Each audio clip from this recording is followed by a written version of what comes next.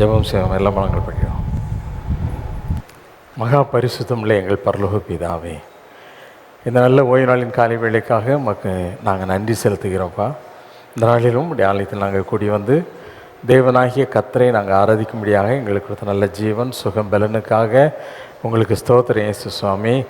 தேவருடைய பாதத்திலே நாங்கள் வந்து முழு மனதோடு உம்மை போற்றி புகழ ஆவலாய் வந்திருக்கிறோம். எங்களை கண்ணோக்கி பாருங்கள்.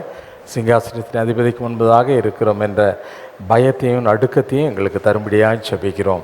ஆவியோடும் உண்மையோடும் ஆராதிக்க எங்கள் எல்லாருக்கும் கிருபை செய்யும்படியாக செபிக்கிறோம்.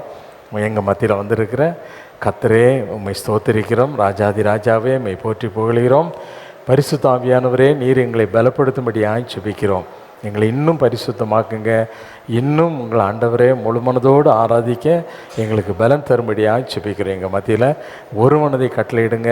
பொல்லாத சத்துரு ஆண்டவரே, எந்த ஒரு டிஸ்ட்ராக்ஷனை ஆண்டவரே எங்களுடைய மனதை கெடுத்து கணனத்தை கொண்டு வந்து வேத வசனத்தை கேட்க முடியாதபடி செய்யாமல் இருக்க இயேசுவின் நாமத்தில் இந்த பிசாசுக்கு நாங்கள் கட்டளை கொடுத்து செபிக்கிறோம். இயேசுவின் நாமத்தில் ஆண்டவரே, எங்களை நீங்கள் ஆளுகை செய்யுங்க. நீங்கள் எங்களை ஆளுகை செய்யுங்க. எங்களுடைய ஆவி ஆத்மா சரீரம் மூன்றையும் ஆவியானவர் பொறுப்பேற்றுக் கொள்வீராக. முழு மனதோடு உம்மை துதிக்க முழு பலத்தோடு உம்மை ஆராதிக்க எங்கள் எல்லாருக்கும் கிருபை செய்யுங்க. இந்த ஆராதனையை ஆவியானவருடைய கரத்தில் நாங்கள் ஒப்பு கொடுக்கிறோம். ஆவியானவர் நடத்துவீராக. இயேசுவின் நாமத்தில் செபிக்கிறேன் பிதாவே, ஆமே. உட்காரும். உன்னத பாடல்கள் 1364வது பாடல்.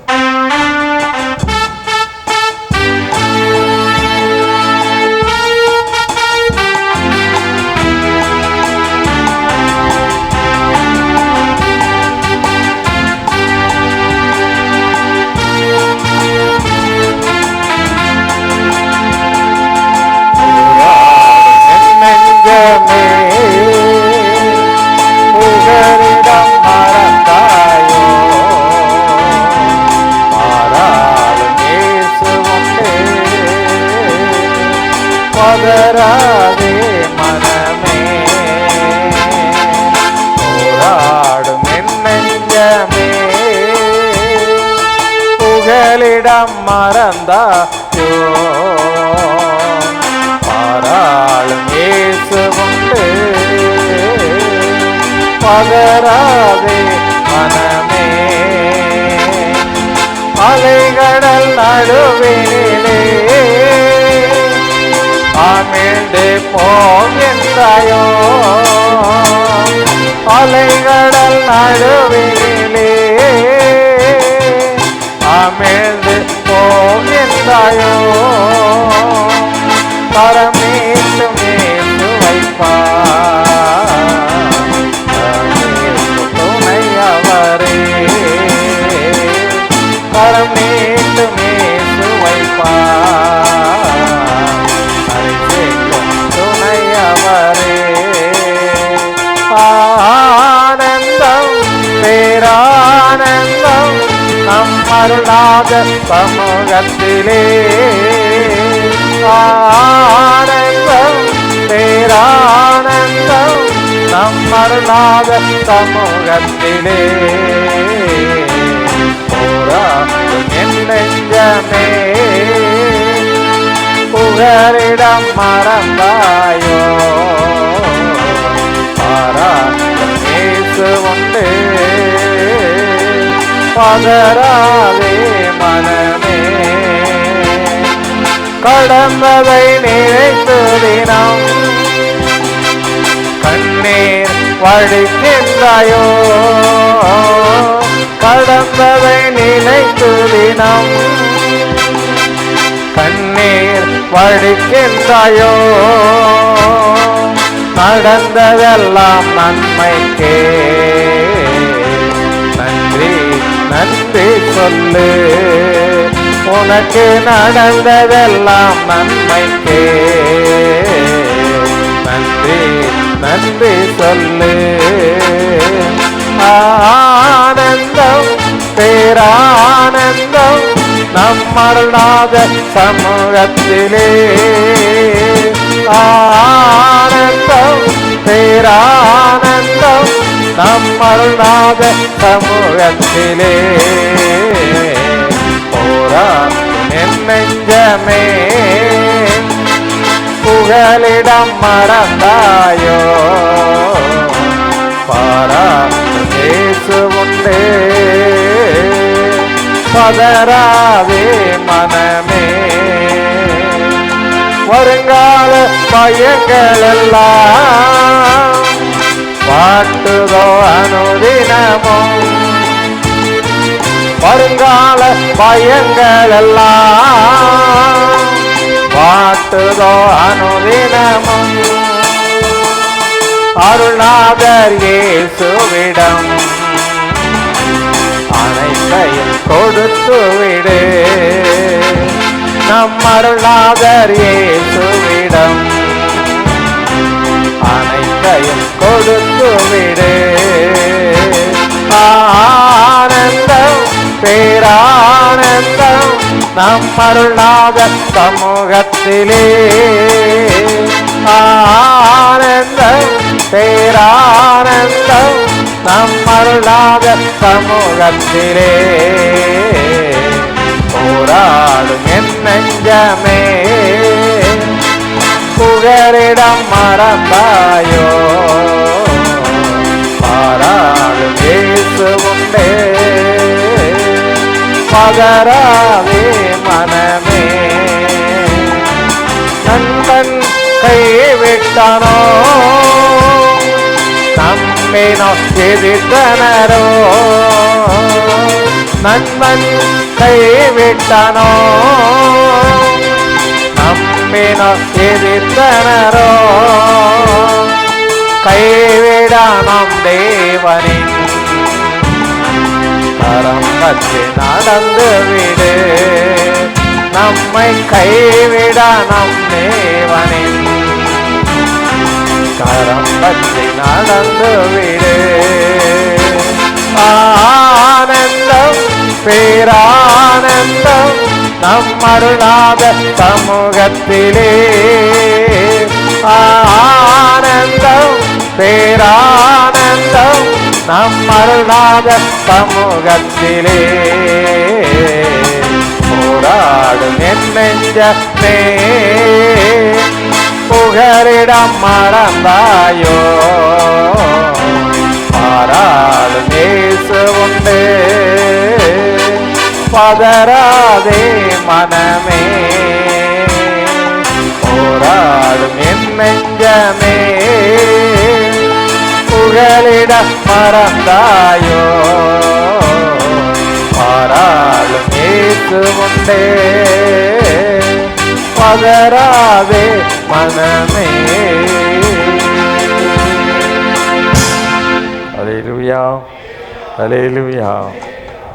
யாரும் எழுந்து 1352வது பாடலை 1352வது உன்னத பாடல்கள். அல்லேலூயா.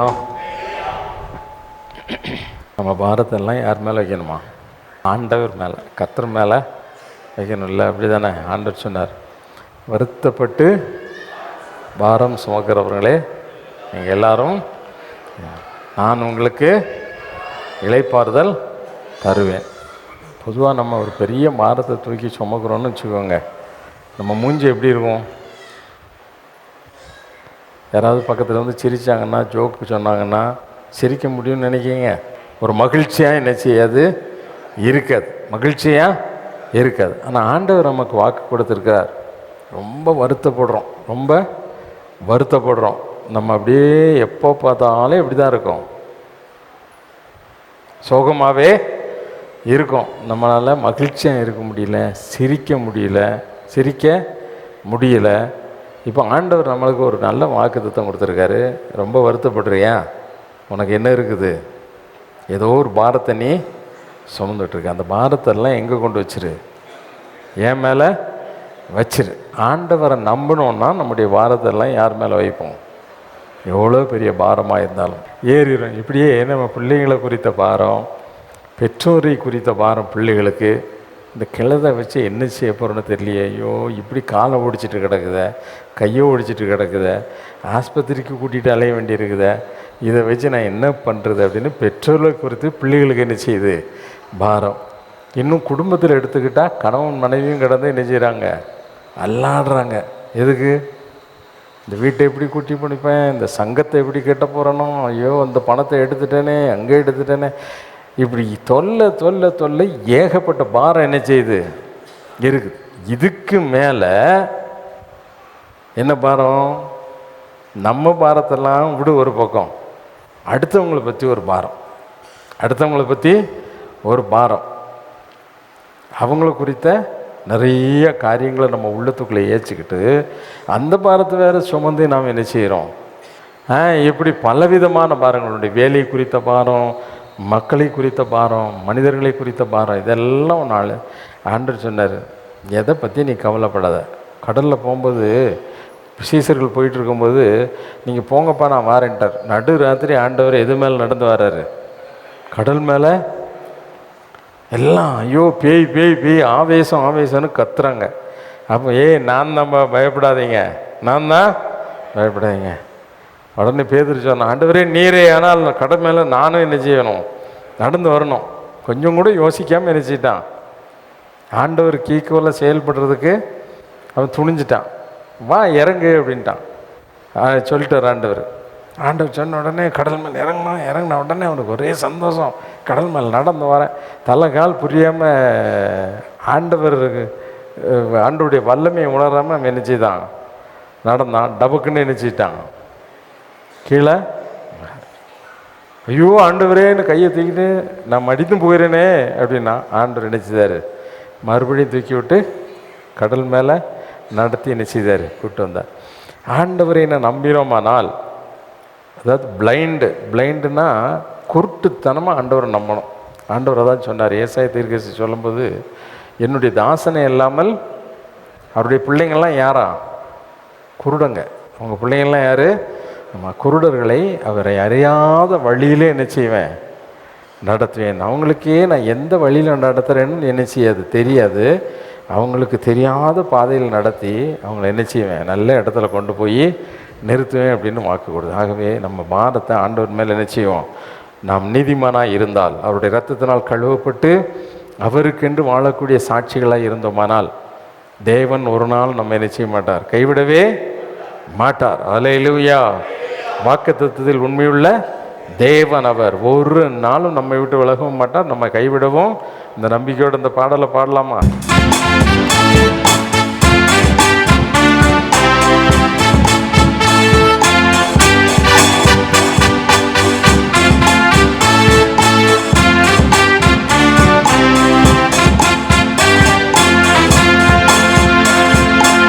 கர்த்தர் பாரத்தை வைத்து விடு, கலங்கி தவிக்காதே. அவரே உன்னை ஆதரிப்பார், அதிசயம் செய்வார். கர்த்தர் பாரத்தை வைத்து விடு, கலங்கி தவிக்காதே. அவரே உன்னை ஆதரிப்பார், அதிசயம் செய்வார்.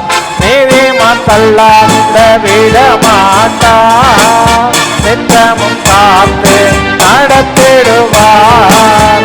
நீதிமான் தள்ளாத விட மாட்டார், நித்தமும் காத்து நடத்திடுவார். கர்த்தர் மேல் பாரத்தை வைத்து விடு, கலங்கி தவிக்காதே. அவரே உன்னை ஆதரிப்பார், ஜெயம் செய்வார். நம்மை காக்கும் தேவனவர், நமது நிழலாய் இருக்கின்றவராமே. நம்மை காக்கும் தேவனவர், நமது நிழலாய் இருக்கின்றவர். கர்த்தர் மேல் பாரத்தை வைத்து விடு, கலங்கி தவிக்காதே. அவரே உன்னை ஆதரிப்பார், அதிசயம் செய்வார். கர்த்தர் மேல் பாரத்தை வைத்து விடு, கலங்கி தவிக்காதே. அவரே உன்னை ஆதரிப்பார், அதிசயம் செய்வார். தப்பனும் தாயும் கைவிட்டாலும் அவரே நம்மை அணைத்துக் கொள்வார். தகப்பனும் தாயும் கைவிட்டாலும் அவரே நம்மை அணைத்துக் கொள்வார். கர்த்தர் மேல் பாரத்தை வைத்து விடு, கலங்கி தவிக்காதே, அவரே உன்னை ஆதரிப்பார், அதிசயம் செய்வார். கர்த்தர் மேல் பாரத்தை வைத்து விடு, கலங்கி தவிக்காதே, அவரே உன்னை ஆதரிப்பார், அதிசயம் செய்வார். கர்த்தர் நம் சார்பில் இருக்கும் போது நமக்கு எதிராய் நிற்பவன் யார்? கர்த்தர் நம் சார்பில், எல்லாம் சொல்லுவோம் உற்சாகமாக. ஆமென். கர்த்தர் நம் சார்பில் இருக்கும் போது நமக்கு எதிராய் நிற்பவன் யார்? கர்த்தர் மேல் பாரத்தை வைத்து விடு, கலங்கி தவிக்காதே, அவரே உன்னை ஆதரிப்பார், அதிசயம் செய்வார். கர்த்தர் மேல் பாரத்தை வைத்து விடு, கலங்கி தவிக்காதே, அவரே உன்னை ஆதரிப்பார், அதிசயம் செய்வார். வாழ்வை கர்த்தருக்கு ஒப்புக் கொடுப்போம், அவரே எல்லாம் வாய்க்க செய்வார்.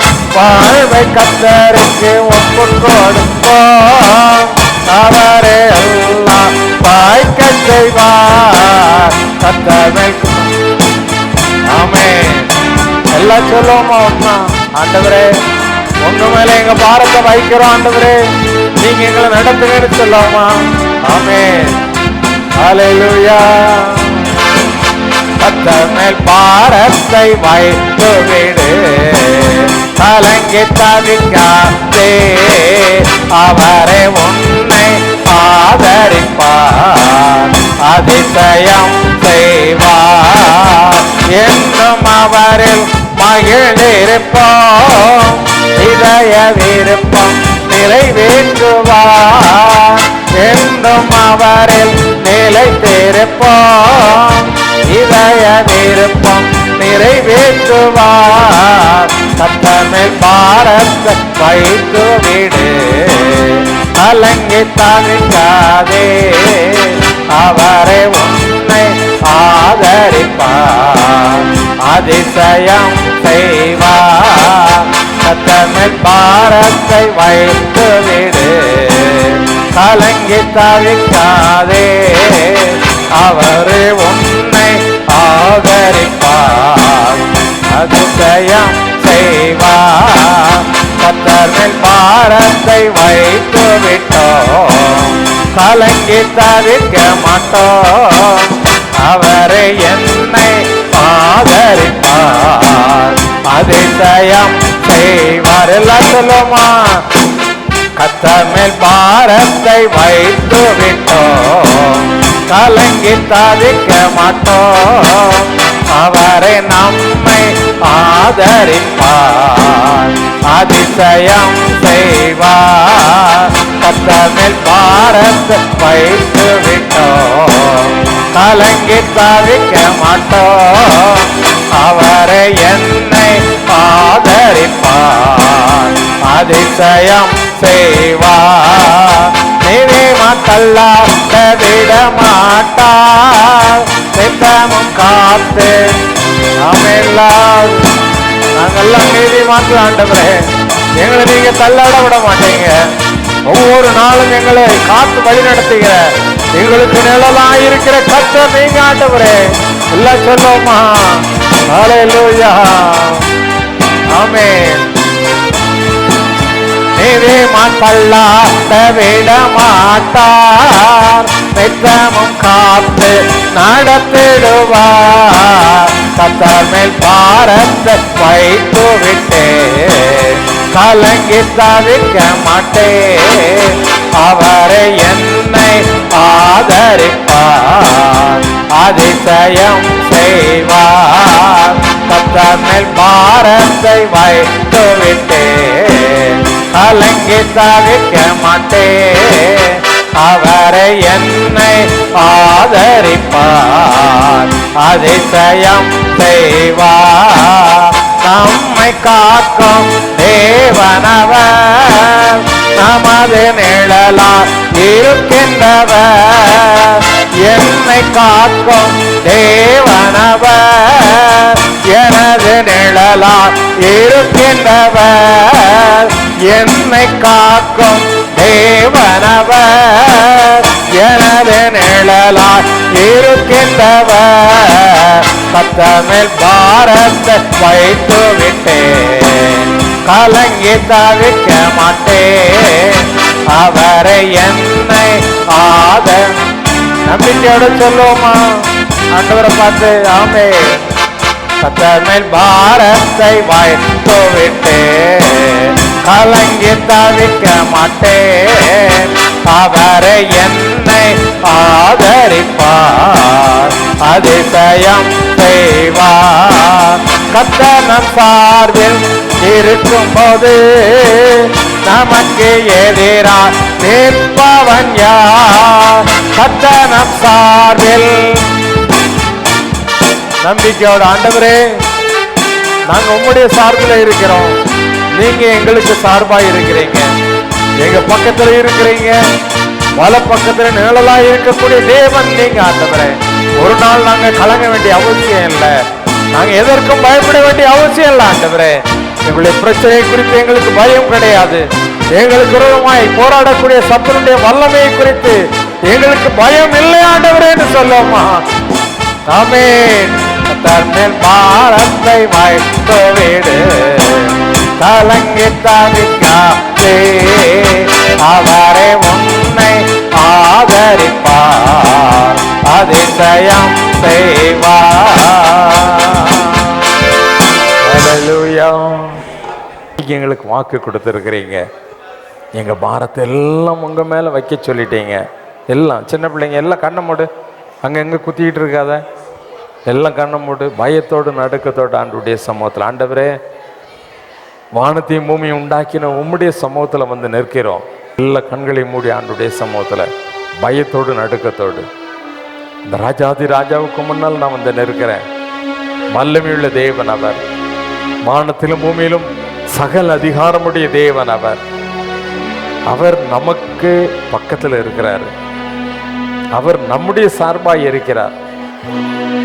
நம்முடைய சார்பாய் எங்கேயாவது வழக்காட போகணும்னா நமக்கு 2 பெரிய ஆள்களை அழைத்து கொண்டு போவோம், இல்லைன்னா ஒரு பெரிய வக்கீலை நாம் தெரிந்து கொண்டு போவோம், ரொம்ப ஃபேமஸான வக்கீலை. அதையெல்லாம் காட்டிலும் ஆண்டவர் சொன்னார், நாசியில சுவாசம் உள்ள மனுஷனை எவ்வளவு நீ நம்புற பொல்லாத மனிதர்கள். நீங்க உங்க பிள்ளைகளுக்கு நல்ல ஈவுகளை கொடுக்கறதுக்கு நல்லா தெரிஞ்சிருக்கீங்களே. நான் உன்னை உருவாக்கின தேவன், தாயின் கருவிலை உருவாவதற்கு முன்னதாக உன்னை தெரிந்து கொண்ட, பெயர் சொல்லி அழைத்த தேவன் அல்லவா? உன்னை கைவிடுவனான்னு சொல்லி கேட்கிறார். ஒரு நாளும் உன்னை விட்டு விலக மாட்டார், அவர் உன்னை கைவிடவும் மாட்டார். ஹல்லேலூயா, ஹல்லேலூயா, ஹல்லேலூயா. நீ அவருடைய நிழல்ல இருக்கணும் எப்பொழுது. ஆண்டவரே நான் உங்க நிழல்ல இருக்க ஆசைப்படுறப்பா சொல்லு. ஆண்டவரே நான் உங்க நிழல்ல இருக்கணும். சங்கீதம் 91 அதானே சொல்லப்பட்டது. உன்னதமானவருடைய நிழல்ல நீ இருந்தன்னா, உன்னதமானவருடைய மறைவில் நீ இருந்தன்னா, சர்வ வல்லமையுள்ள அந்த தேவனுடைய நிழல்ல நீ எப்பொழுதும் தங்கி இருக்க முடியும். எந்த ஒரு ஆயுதமும் உன்னை சேதப்படுத்த முடியாது. ஹல்லேலூயா, ஹல்லேலூயா. அப்பா பார்த்து சொல்ல, ஆண்டவரே எதுவும் என்னை சேதப்படுத்த முடியாதப்பா, ஏன்னா நான் சர்வ வல்லவருடைய நிழல்ல இருக்கிறேன், சர்வ வல்லவருடைய நிழல்ல இருக்கிறேன். எந்த ஒரு பாரத்தையும் நான் சுமக்க வேண்டிய அவசியம் இல்லை ஆண்டவரே. நாளைக்காக நான் கவலைப்பட வேண்டிய அவசியம் இல்லை. எனக்கு எது தேவையோ அது உமக்கு தெரியும். நாளைய தினம் எனக்காக கவலைப்படும் என்று எனக்கு நீங்க வேதத்தில் சொல்லி இருக்கிறீங்க. கவலை இல்லை ஆண்டவரே, கவலை இல்லப்பா. பணத்தை குறித்தோ என்னுடைய பிள்ளைகளுடைய படிப்பை குறித்தோ, என்னுடைய வேலையினுடைய ப்ரமோஷனை குறித்தோ, என் சக ஊழியர்களை குறித்தோ, என்னுடைய பக்கத்து வீட்டு காரியங்களை குறித்தோ, எதை குறித்தும் எனக்கு கவலை இல்லை. சர்வ வல்லமையுள்ள தேவன் என்னோடு கூட இருக்கிறீர். ஹல்லேலூயா, ஹல்லேலூயா. சங்கீதக்காரர் சொன்னாரு, உம்முடைய கோலும் தடியும் என்னை தேற்றும் என்று சொன்னாரு. ஒவ்வொரு நாளும் உன்னை தேற்றி வழிநடத்தக்கூடிய தேவனாகிய கர்த்தர் அவர். உன்னை அபிஷேகித்து உன்னோடு கூட இருந்து ஒவ்வொரு நாளும் பயப்படாத, பயப்படாத என்று உன்னுடைய கண்ணீரை துடைத்து உன்னை தேற்றுகிற தேற்றவாளன் அவர். அவரை விட்டுறாத, அவரை கூப்பிடு. ஆண்டவரே என்னோடு தங்கியிருங்க, ஆவியானவரே என்னோடு தங்கியிருங்க, ஆவியானவரே என்னை பலப்படுத்துங்க, என்னை விட்டு போயிடாதீங்கப்பான்னு கேளு. ஆவியானவர் உன்னை பலப்படுத்துவார். ஹல்லேலூயா, ஹல்லேலூயா. ஓ மைட்டி மாஸ்டர், நீங்க தான் என்னை பலப்படுத்துகிற தேவன், நீங்க தான் என்னை பலப்படுத்துகிற தேவன். எனக்கு சகாயம் செய்யும் கர்த்தாவே உம்மை நோக்கி பார்க்கிறேன்னு சொல்லு. தரஹதர சந்தரபா ஓ ரஹதல சந்தர ரிபகதர ஷலபா. ஹல்லேலூயா, ஹல்லேலூயா. உம்மையே நாங்கள் நோக்கி பார்க்கிறோம். சிங்காசனத்தின் அதிபதியே, வானத்திலும் பூமியிலும் சகல அதிகாரம் உடைய தேவனே, எங்க கரத்திலே அதிகாரத்தை கொடுத்தீங்களே, சத்துருடைய சகல வல்லமைகளையும் மேற்கொள்ளும்படியான அதிகாரத்தை எங்களுக்கு கொடுத்தீரே. உம்மை நாங்கள் ஸ்தோத்திரிக்கிறோம், உம்மை நாங்கள் போற்றுகிறோம், உம்மை நாங்கள் புகழ்கிறோம். ஆண்டவரே, மகிமைக்கு பாத்திரமானவரே, எங்களுக்கு கொடுத்த நம்பிக்கை உள்ள வார்த்தைகளுக்காய் உமக்கு ஸ்தோத்திரம். எங்களுக்கு கொடுத்த மாறாத வாக்கு தத்தங்களுக்காய் உமக்கு ஸ்தோத்திரம். ஆண்டவரே, தூரஹந்தரி மங்கள ரஷக்கரமா ரூதரபா சரபது லிஹபாதரா. ஹல்லேலூயா. உம்முடைய வாக்கு தத்தங்கள் எல்லாம் ஆம் என்றும் ஆமென் என்றும் இருப்பதற்காய் உமக்கு ஸ்தோத்திரம். நீர் எதை சொன்னீரோ அப்படியே எங்களுடைய வாழ்க்கை நடக்கும். ஆண்டவரே, ஒரு எழுத்தின் உறுப்பு கூட மாறி போகாத. ஆண்டவரே,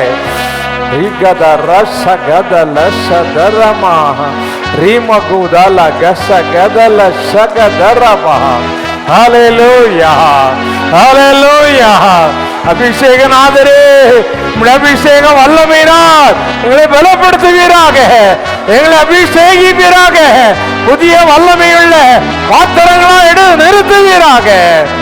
உமக்கென்று வாழக்கூடிய உம்முடைய ஜனங்களாய் புதிதும் கூர்மையான ஆண்டவரே எந்திரமா எங்களை மாற்றுவீராக, மாற்றுவீராக, மாற்றுவீராக, மாற்றுவீராக, மாற்றுவீராக, மாற்றுவீராக. உம்முடைய வல்லமையினால் எங்களை மாற்றுவீராக.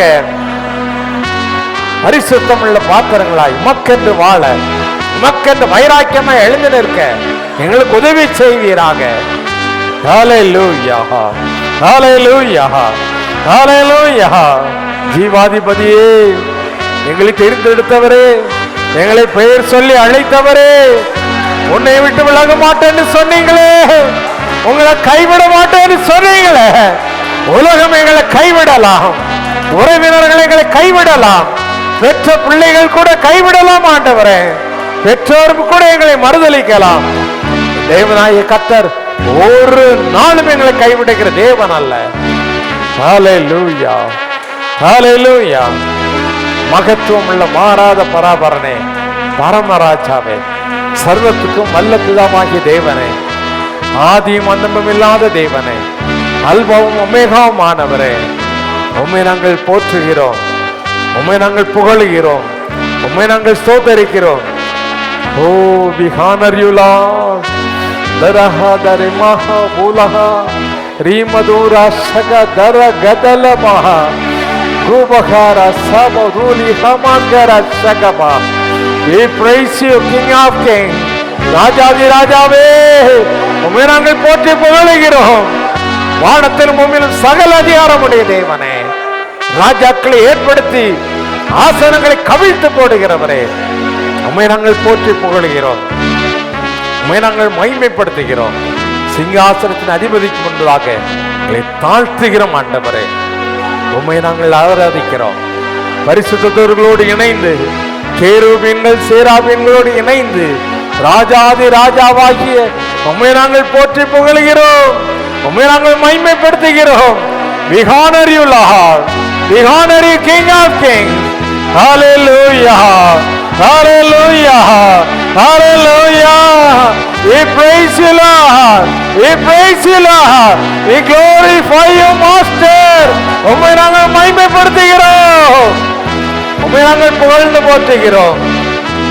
எங்கள் ஆராதனைக்குரிய தேவனே, சிங்காசனத்தில் வீற்றிருப்பவரே, எல்லா அதிகாரங்களுக்கு மேலானவரே, ஆளுகைகளை ஏற்படுத்துகிறவரே, உம்மை நாங்கள் ஸ்தோத்தரிக்கிறோம். உம்மை நாங்கள் போற்றி புகழ்கிறோம். உம்மை நாங்கள் வாழ்த்தி வணங்குகிறோம். ஆண்டவரே, உமக்கு நாங்கள் மகிமை செலுத்துகிறோம். நீங்க மட்டும்தான்ப்பா மகிமைக்கு பாத்திரமான தேவன். நீங்க மட்டும்தான்ப்பா துதிக்கப்படத்தக்க தேவன். துதிகளின் மத்தியில் வாசம் பண்ணுகிறவரே, எல்லா கனத்தையும் முக்கிய நாங்கள் செலுத்துகிறோம். சகல துதி, கனம், மகிமை எல்லாவற்றையும் எங்கள் இயேசுவின் மூலமாக உமக்கு செலுத்துகிறோம். எங்கள் பரலோக பிதாவே, ஆமென். ஆமென். அவர் நின்றவண்ணமாக சங்கீதம் 74 1 முதல் 23 வசனம் முடிய மாறி மாறி வாசிப்போம்.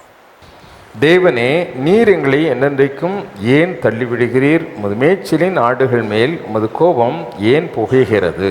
நீர் பூர்வ காலத்தில் சம்பாதித்த உமது சபையையும் நீர் மீட்டுக்கொண்ட உமது சுதந்திரமான கோத்திரத்தையும் நீர் வாசமாயிருந்த சியோன் பர்வதத்தையும் நினைத்தருளும். நெடுங்காலமாய் பாலாய் கிடக்கிற ஸ்தலங்களில் உம்முடைய பாதங்களை எழுந்தருள பண்ணும். பரிசுத்த ஸ்தலத்திலே சத்து அனைத்தையும் கெடுத்து போட்டான். உம்முடைய சத்துருக்கள் உம்முடைய ஆலயங்களுக்குள்ளே கெர்ச்சித்து தங்கள் கொடிகளை அடையாளங்களாக நாட்டுகிறார்கள்.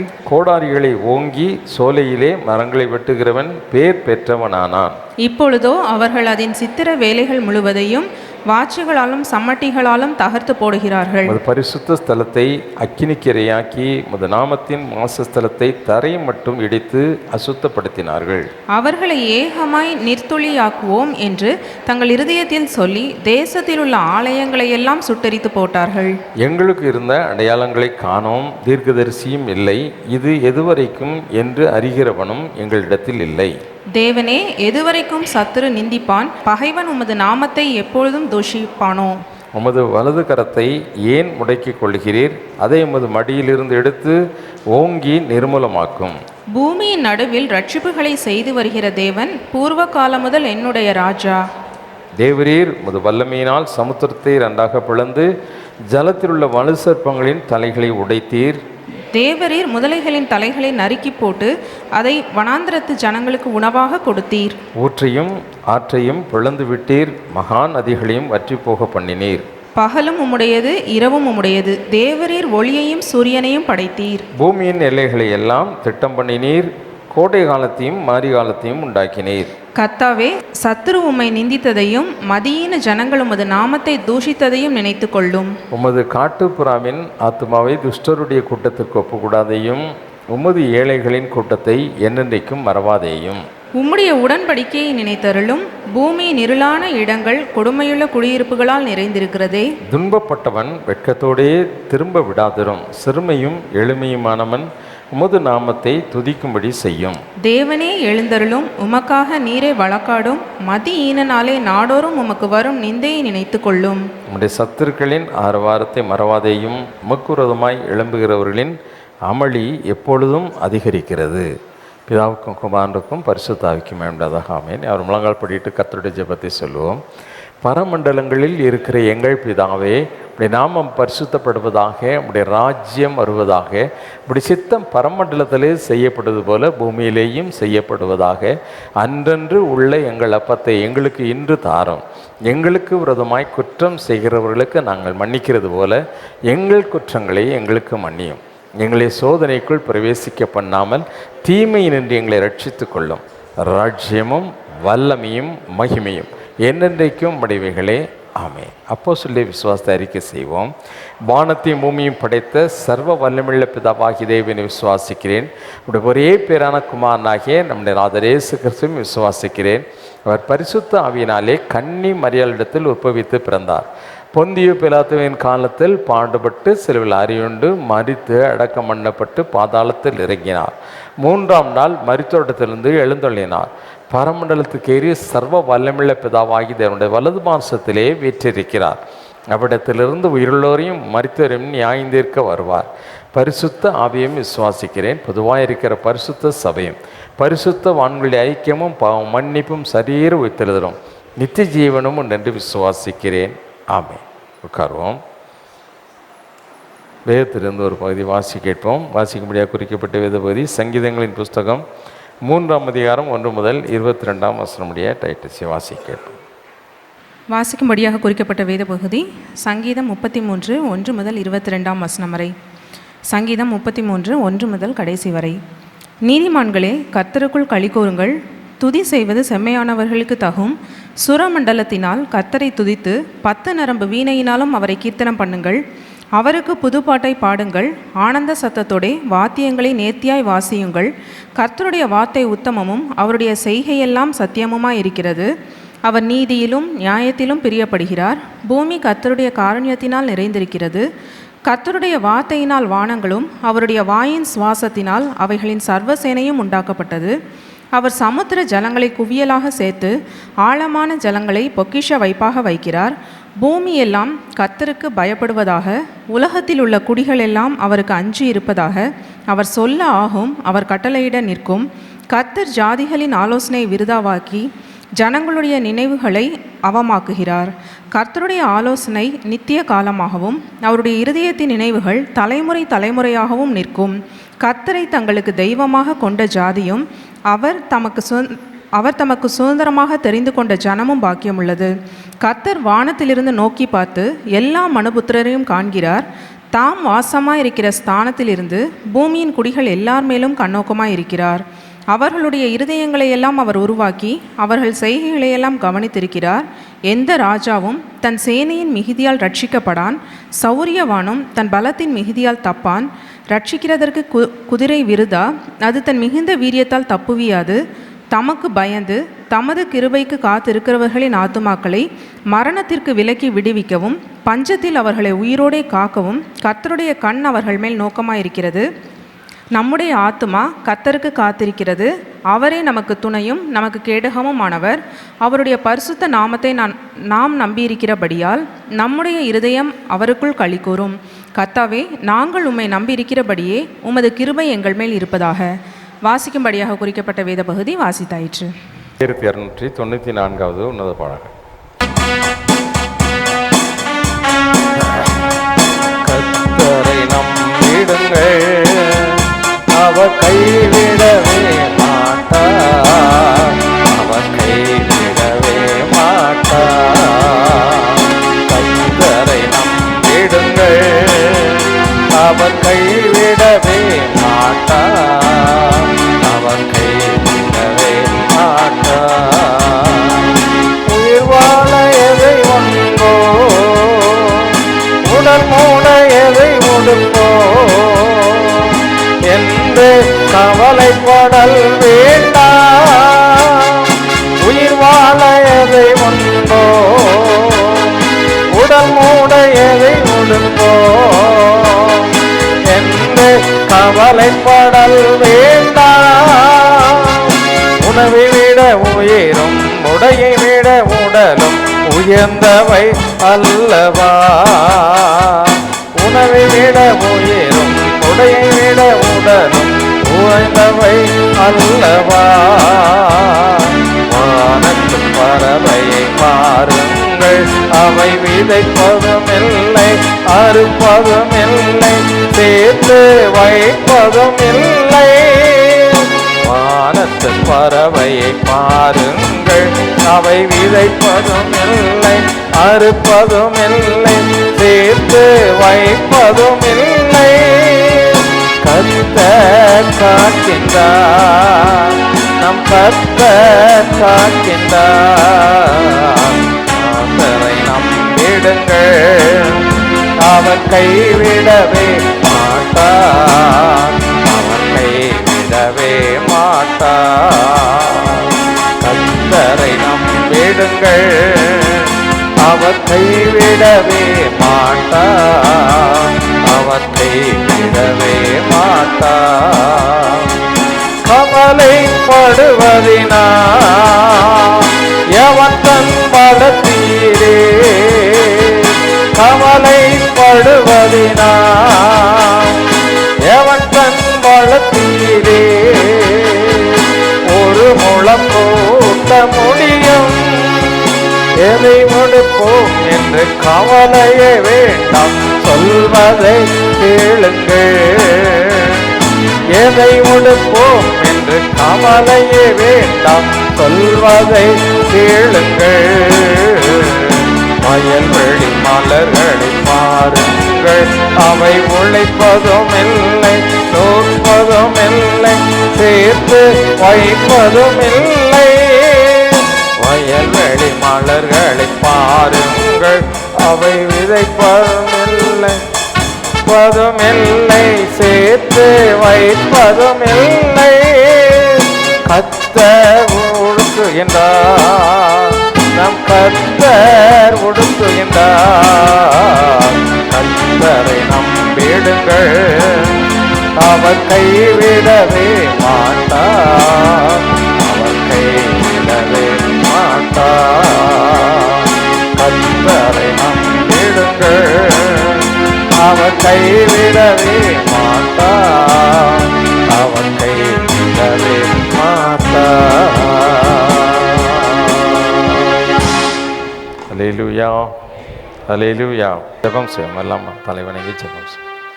பரிசுத்த பிதாவே, நன்றியோடு துதிக்கிற சுவாமி, இந்த நாளிலும் ஆண்டவரே உம்முடைய ஆலயத்தினை நாங்கள் கூடி வந்து முழு மனதோடு ஒருமனப்பட்டவர்களாய் தேவனாய் கர்த்தரை ஆராதிக்க, உமக்கு நன்றி செலுத்த, உமக்கு துதி செலுத்த, எங்களை முற்றிலும் உம்முடைய பாதப்படியில் அர்ப்பணிக்க எங்களுக்கு கொடுத்த நல்ல கிருபைக்காக உங்களுக்கு ஸ்தோத்திரம் ஏசப்பா. கடந்த நாட்கள் முழுவதும் எங்களை கண்ணின் மணியை போல காத்து உழைப்பதற்கு நல்ல பலனை கொடுத்தீங்க, உங்களுடைய தேவையை எல்லாம் சந்தித்தீங்க, உங்களுக்கு ஸ்தோத்திரம். நாளிலே உடைய வார்த்தைக்காக நாங்கள் காத்திருக்கிறோம்.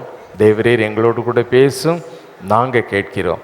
மனிதனுடைய வார்த்தையல்ல, தேவனுடைய சத்தத்தை கேட்க எங்களுக்கு உதவி செய்யும். இயேசுவின் நாமத்தில் செபிக்கிறேன் பிதாவே, ஆமென், ஆமென். இந்த நாளிலே டைட்டில்ஸ் செய்தி கொடுப்பா, ஜபத்தோடு செய்தியை கவனிப்போம். ஒரு நிமிஷம் எல்லாம் கண்களை மூடி ஜெபிப்போம். பரிசுத்த பிதாவே, இந்த வேலைக்காக உங்களுடைய சமூகத்தில் வருகிறோம் சுவாமி. எங்கள் எல்லாரையும் நீங்கள் இங்கே அழைத்து கொண்டு வந்த கிருபைக்காக உமக்கு நாங்கள் நன்றி செலுத்துகிறோம் அப்பா. இந்த ஓய்வு நாளில் கூட உம்மை ஆராதிக்கும்படியாக, உம்மை தொழுது கொள்ளும்படியாக சபைக்கு வந்திருக்கிற ஒவ்வொரு பிள்ளைகளையும் நீங்கள் கண்ணோக்கி பார்க்க வேண்டுமா ஜெபிக்கிறேனப்பா. அவர்கள் ஒவ்வொருத்தருடைய இருதயத்தையும் நீங்கள் நிரப்ப வேண்டுமா ஜெபிக்கிறேனப்பா. இந்த செய்தி வேலையை உங்களோட கரத்தில் கொடுக்குறேன் சுவாமி. தேவரீர் தாமே என்னை மறைத்து நீங்கள் பேச வேண்டுமா ஜெபிக்கிறேன். உங்களோட வார்த்தைகளை என்னோட வாயில் வைங்க சுவாமி. தேவையற்ற காரியங்கள் பேசாதபடி என்னை காத்துக்கொள்ளுங்க. உமக்கு உகந்த வார்த்தைகளை நான் பேச, அது எல்லாருக்கும் பிரயோஜனமாக இருக்கவும் நீங்கள் உதவி செய்ய வேண்டுமா ஜெபிக்கிறேன் அப்பா. இந்த செய்தி வேலையை உங்களோட கரத்தில் கொடுக்குறேன். தொடக்கம் முதல் முடிவு வரைக்கும் உங்களோட மாறாத கிருபையின் பிரசன்னம் எங்கள் அனைவரோடையும் இருக்க வேண்டுமா ஜெபிக்கிறேனப்பா. நீங்கள் பொறுப்பெடுத்துக் கொள்ளுங்க. துதி கன மகிமை எல்லாவற்றையும் உமக்கே செலுத்துகிறோம். இயேசுவின் நாமத்தில் வேண்டிக் கொள்கிறோம் நல்ல பிதாவே, ஆமேன். ஹல்லேலூயா, ஹல்லேலூயா. சர்ச்சுக்கு சந்தோஷமாக வந்தவங்க யாரெல்லாம்? ஹல்லேலூயா. கர்த்தர் சந்தோஷமாக வந்தவங்க எல்லாரையும், வரணுமேன்னு வந்த எல்லாரையும் கூட ஆசீர்வதிப்பாராக. சரி, இன்றைக்கி உங்ககிட்ட நான் பேசுகிறதுக்காக ஜெபம் பண்ணிகிட்டு இருக்கும்போது ஆண்டவர் ஒரு காரியத்தை எனக்கு நல்லா சொல்லி கொடுத்தார். எனக்கு அது ரொம்ப நல்லா பிடிச்சிருந்தது. அதை உங்கள்கிட்டையும் பகிர்ந்து கொள்ளணும்னு நான் ஆசைப்பட்றேன். நல்லா கவனிக்கலாமா? இன்றைக்கி நான் சொல்ல போகிற செய்தியோட தலைப்பு கர்த்தருடைய பார்வை. நல்லா கவனிக்கணும், சரியா?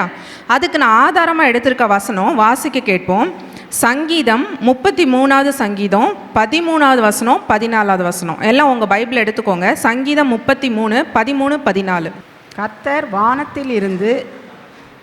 வானத்திலிருந்து நோக்கி பார்த்து எல்லா மனுபுத்திரரையும் காண்கிறார். எல்லா மனுபுத்திரரையும் காண்கிறார். தாம் வாசமாயிருக்கிற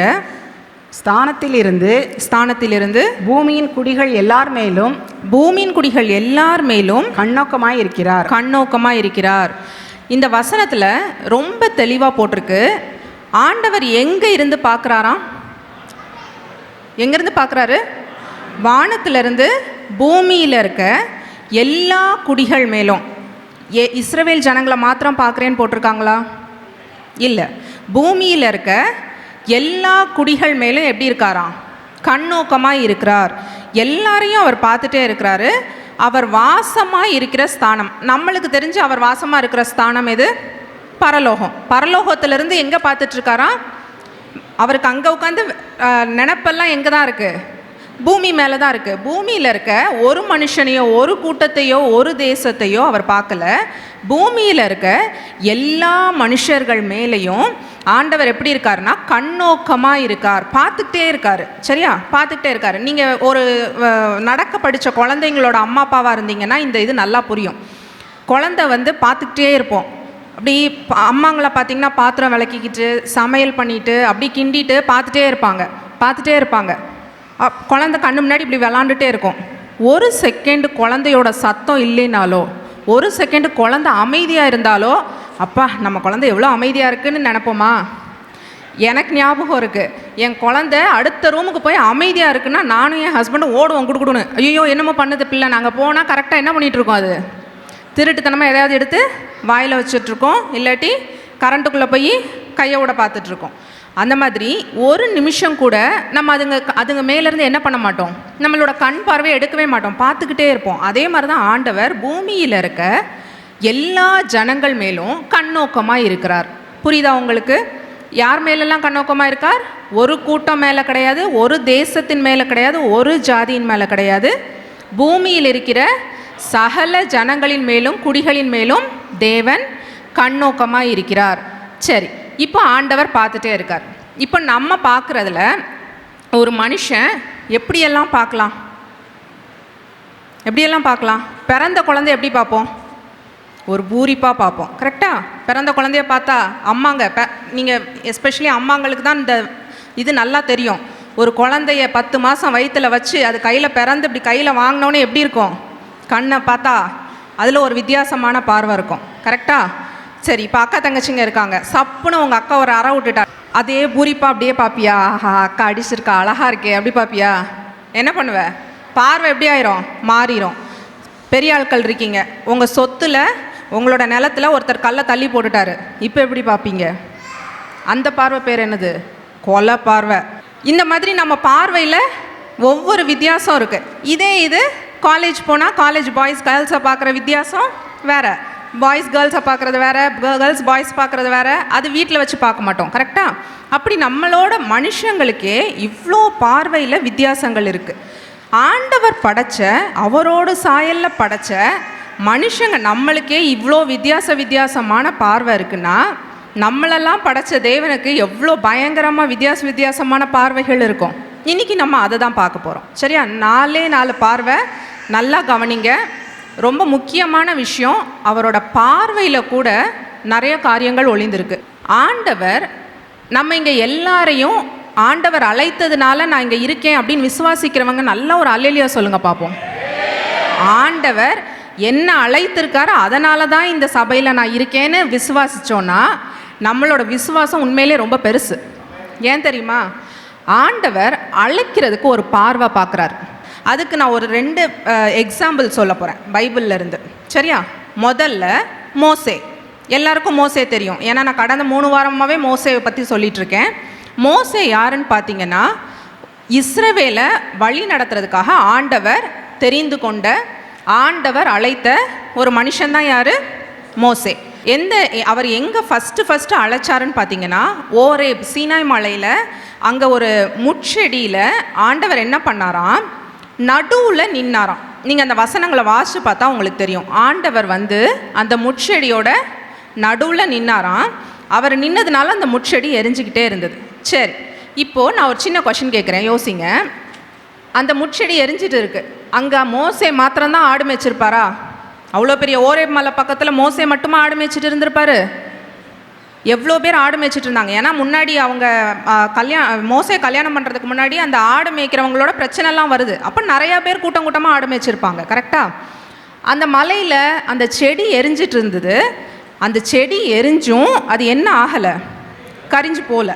அப்போது அதை பார்த்த உடனே அங்கே இருந்த வேறு எந்த மேய்ப்பர்களாவது போய் பார்க்கணும், கிட்ட போய் பார்ப்பேன் அப்படிலாம் அந்த இடத்துல அவங்க வந்து யாருக்காவது அந்த அதிகமான ஆசை, க்யூரியாசிட்டி இருந்ததா? அப்படி தெரியல நமக்கு. இருந்ததா இல்லையா, இல்லை ஆண்டவர் மோசேக்கு மாத்திரம்தான் எரிஞ்சிட்டு இருந்தாரா, இதெல்லாம் நமக்கு தெரியாது. ஆனால் மோசே அந்த இடத்துல ஒரு வார்த்தை சொல்கிறாரு, அதை நம்ம வாசிக்க கேட்போம். எடுங்க, யாத்ராகமம் 3வது அதிகாரம் 3வது வசனமும் 4வது வசனமும் வாசிக்க கேட்போம். யாத்ராகமம் 3:3-4. அப்பொழுது மோசே இந்த முட்செடி வெந்து போகாதிருக்கிறது என்ன? இந்த முட்செடி வெந்து போகாது இருக்கிறது என்ன? நான் கிட்ட போய் இந்த அற்புத காட்சியை பார்ப்பேன் என்றான். இந்த அற்புத காட்சியை பார்ப்பேன் என்றான். ஃபர்ஸ்ட் மோசே என்ன பண்றாரு, அந்த முட்செடி நடுவில் ஆண்டவர் இருக்காரு, அந்த முட்செடி வெந்து போகாம இருக்குது.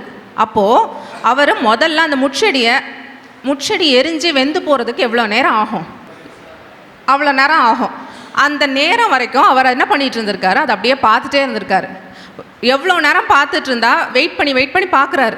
ரொம்ப நேரமாக எரியுதே, இது வெந்தும் போகலை, கட்டையாக கருகி கீழேயும் விழலை, கரியாக ஆகவும் மாட்டேக்குது, ரொம்ப நேரமாக என்ன பண்ணுது, எரிஞ்சிக்கிட்டே இருக்குது அப்படின்னு சொல்லி அடுத்த ஒரு வார்த்தை சொல்கிறாரு, நான் கிட்ட போய் பார்ப்பேன் அப்படின்னு சொல்கிறார். முதல்ல மோசே வழியில் நடந்து போயிருக்கலாம், சரியா? எப்போவுமே ஆண்டவர் முதல்ல தூரத்தில் இருக்கும் போதே மோசேன்னு கூப்பிடலை.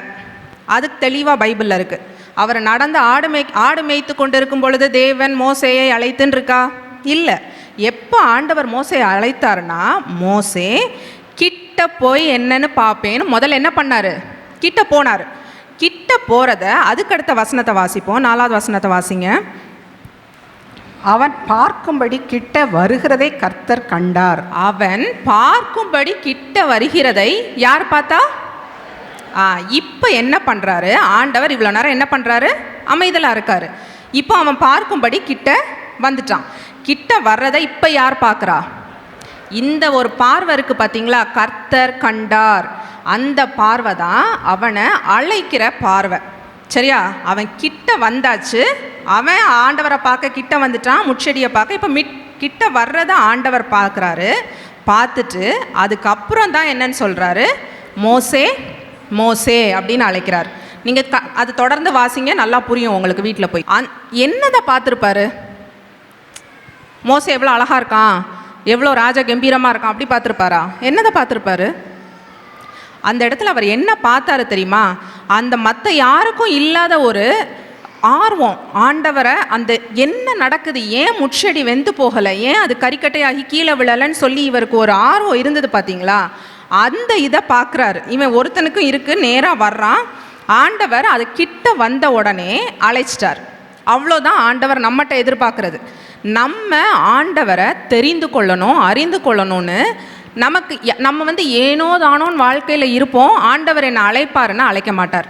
அப்படி நீங்கள் எல்லாம், இதனால தான் நான் சொன்னேன், இங்கே யாரெல்லாம் ஆண்டவரால் அழைக்கப்பட்டு உட்கார்ந்துருக்கிறீங்களோ நீங்கள் எல்லாம் எப்படி ஆட்கள், பக்தி உள்ளவர்கள். உங்களெல்லாம் ஆண்டவர் உங்கள்கிட்ட இருக்கிற அந்த ஆசையை பார்த்து, அந்த எதிர்பார்ப்புகளை பார்த்து தான் உங்களெல்லாம் தெரிந்து கொண்டார். மோசேயை இப்போது உடனே கூப்பிட்டு நீ அதுக்கப்புறம் தான் பேசுகிறாரு, நீ இஸ்ரவேல் ஜனங்களை விடுதலை பண்ணி எங்கே கூட்டிகிட்டு போனோம், கானான் தேசத்துக்கு கூட்டிகிட்டு போனோம் அப்படின்னு பேசுகிறாரு. அடுத்தது இன்னொருத்தரை சொல்கிறேன் இதே மாதிரி. புதிய ஏற்பாடு எடுத்துக்கோங்க, லூக்கா 19வது அதிகாரம் எடுங்க. லூக்கா 19வது அதிகாரம், அதில் ஒரு மனுஷனை பற்றி போட்டிருக்கு. இப்போ அங்கே மோசே அந்த வார்த்தை என்னன்னு நல்லா ஞாபகம் வச்சுக்கோங்க. மோசே என்ன சொன்னார், நான் கிட்ட போய் பார்ப்பேன் அப்படின்னு சொன்னார். இப்போ இந்த அதிகாரத்தில் ஒருத்தரை பற்றி சொல்லியிருக்கு. இது யாருன்னு பார்த்தீங்கன்னா சகேயு அப்படின்னு ஒரு மனுஷன். சகேயு பெரிய பரிசுத்தவான் கிடையாது.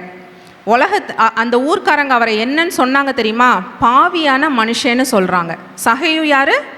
பாவியான மனுஷன். உலகத்தால் பாவின்னு ஒதுக்கி வைக்கப்பட்ட இவன் வீட்டுக்கிட்டலாம் போகக்கூடாதுப்பா, இவன்ட்டெல்லாம் சவகாசம் வச்சுக்கூடாதுப்பா அப்படின்னு ஒதுக்கி வைக்கப்பட்ட ஒரு மனுஷன் தான் சகேயு.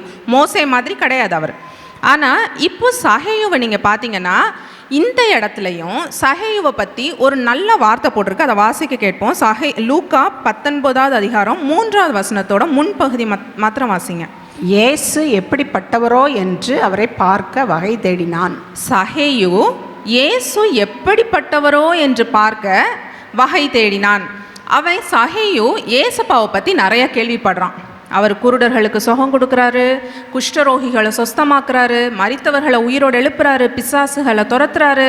இதெல்லாம் கேள்விப்பட்ட உடனே நீங்கள் யோசிச்சு பாருங்க, அந்த இடத்துல எவ்வளோ கூட்டமான ஜனங்கள் போயிட்டு இருந்தாங்க. ஏசப்பாவை ஒரு பெரிய கூட்டமே தள்ளிட்டு போயிட்டே இருந்தது. ஏசப்பா பின்னாடி எப்போதும் என்ன இருந்தது? ஒரு பெரிய கூட்டம் இருந்தது. அவருக்கு தூங்க கூட நேரம் இல்லை, சாப்பிட கூட நேரம் இல்லை, அப்படி தான் இருந்தார். அந்த இடத்துல இந்த ஒரு மனுஷன் மட்டும் அவர் எப்படி என்ன யோசிச்சாராம்? அவர் எப்படிப்பட்டவரோ அப்படின்னு பார்க்கணுன்னு யோசிச்சார். அவர்கிட்ட இங்கே வேற எதுவுமே இல்லை. என்ன இருந்ததுன்னா அந்த அதிகமான ஆசை. ஏசப்பா எப்படிப்பட்டவர், இவர் எப்படி இருப்பார், எப்படி நடந்துப்பார் அப்படின்னு தெரிஞ்சுக்கணுங்கிற ஆசை எப்படி மோசேக்கு இருந்தது இல்லையா? நான் கிட்ட போய் என்னன்னு பார்த்துட்டு வருவேன். அதே மாதிரி இவருக்கும் ஏசு எப்படிப்பட்டவரோன்னு பார்க்கணுங்கிற ஆசை ரொம்ப நிறையா இருந்தது. அந்த ஆசையில் அவர் என்ன பண்ணார் தெரியுமா? அவர் ரொம்ப குள்ளமான மனுஷன். அங்கே இருக்கிற கூட்டம் எக்கச்சக்கமான கூட்டத்தில் ஏசப்பாவை என்ன பண்ண முடியாது, அவரால் பார்க்க முடியாது.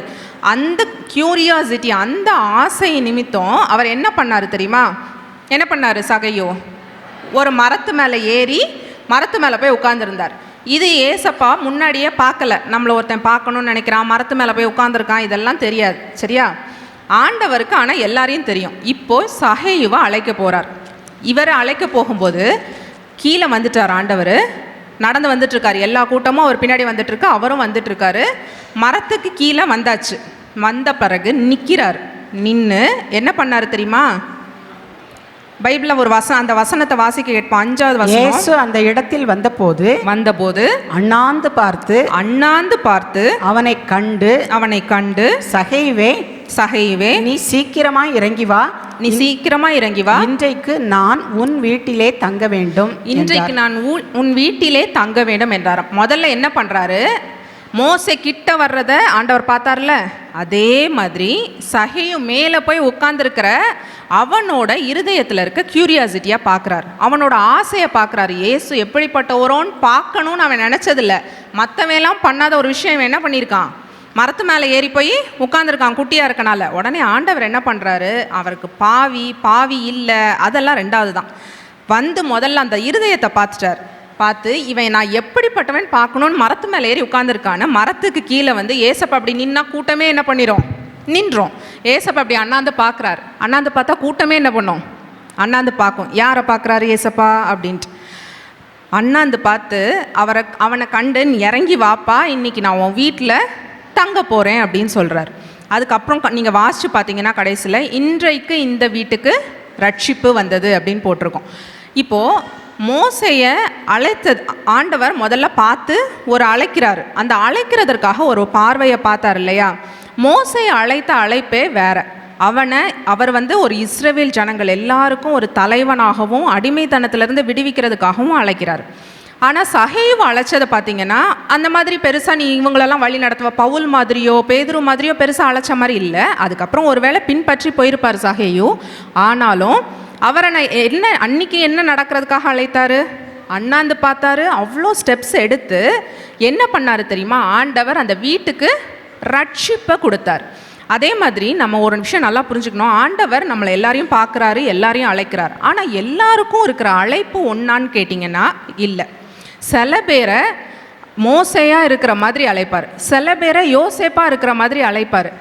நம்ம எல்லாரும் நானே மோசே தான், நான் யோசேப்பு தான் அப்படி கிடையாது. ஆண்டவர் ஒவ்வொருத்தரையும் பார்க்கறது வேற, ஒவ்வொருத்தரையும் அழைக்கிறது வேற. அவர் என்ன அழைக்கிறாரோ அதுக்கு நம்ம என்ன பண்ணிடணும்? விட்டு கொடுக்கணும்.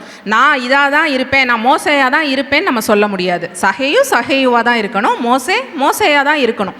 அப்படி ஆண்டவர் முதல்ல இங்கே இருக்கிறவங்க எல்லாரையும் வெளியில் இருக்கிறவங்களையும் அழைக்கிறதுக்கு முன்னாடி பார்க்குறார். சரியா? அது பேர் அழைப்பின் பார்வை. அடுத்தது ஒரு பார்வை இருக்குது, கூக்குரலையும் வேதனைகளையும் காண்கிறார். அவர் அடுத்தது பார்க்குற பார்வை, இந்த பார்வை மாத்திரம் நமக்கு எல்லாருக்கும் நல்லா தெரியும். கரெக்டாக? நான் எவ்வளோ அழுறேன், ஆண்டவர் பார்க்கவே மாட்டேங்கிறாருன்னு ஒன்று சொல்லுவோம். சாட்சி சொல்லும் போது நான் ரொம்ப அழுதேன், ஆண்டவர் பார்த்தாரு அப்படின்னு சொல்லுவோம். இந்த பார்வை நம்ம எல்லாருக்கும் நல்லா தெரிஞ்ச ஒரு பார்வை.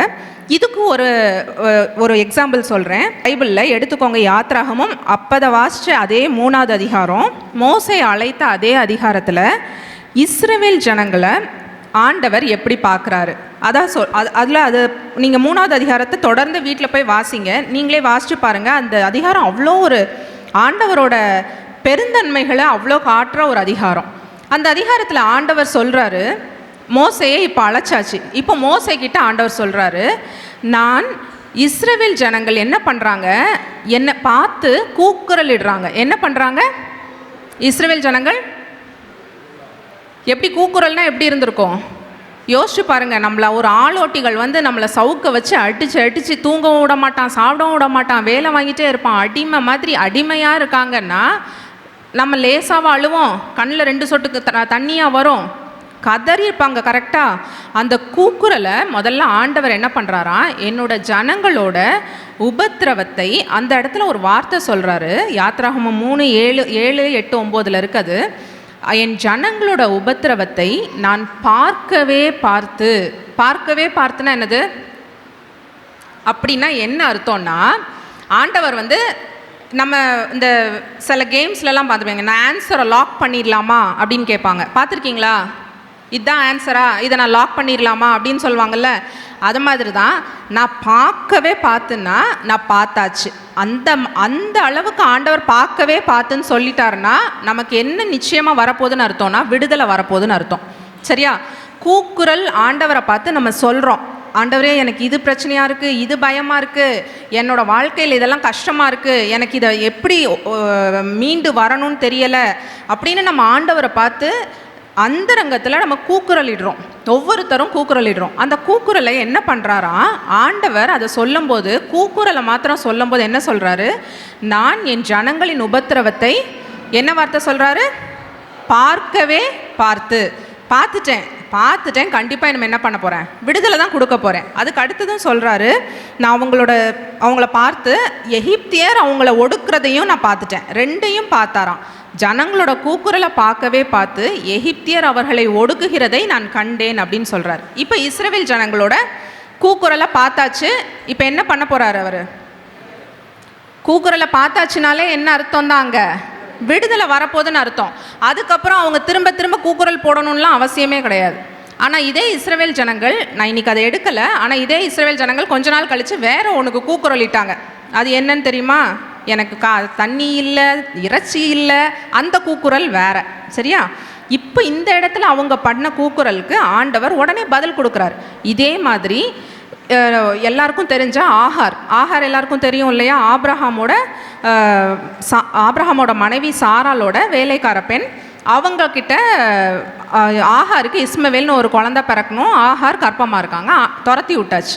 இப்போ ஆகாரும் இதே மாதிரி ரொம்ப கலங்குறாங்க, எனக்கு இப்படி ஆயிடுச்சுன்னு கலங்கும் போது ஆகாரையும் ஆண்டவர் என்ன பண்ணாருன்னா அந்த இடத்துலையும் சொல்கிறாரு, நான் அவளை கண்டேன்னு சொல்கிறாரு. அவள் திரும்ப ஆண்டவருக்கு ஒரு பேர் வைக்கிறா, நீர் என்னை காண்கிற தேவன். அப்போ ஆண்டவர் நம்மளோட கூக்குரல் இடுகிற நேரத்தில் நம்மளை பார்த்தாருன்னா நமக்கு என்ன வரப்போகுதுன்னு அர்த்தம், விடுதலை வரப்போகுதுன்னு அர்த்தம். நீங்கள் கூக்குரல் இடுறது ஆண்டவருக்கு போய் சேர்ந்துச்சா இல்லையான்னு எப்படி தெரியும்? இப்போ நமக்கு தெரியறதில்ல. அதனால் நம்ம என்ன பண்ணுறோன்னா கூக்குரலை விட்டுக்கிட்டே இருக்கோம். கரெக்டாக? நம்ம ஆண்டவரோட ஒழுங்கான ரிலேஷன்ஷிப்பில் இருந்து, ஒழுங்கான ஆவிக்குரிய தொடர்பில் இருந்து, வேதம் வாசிப்பு, ஜெபம் இதில் இருந்துட்டு உங்களோட கூக்குரலை நீங்கள் ஒரு 100 தடவைலாம் சொல்ல வேணாம்.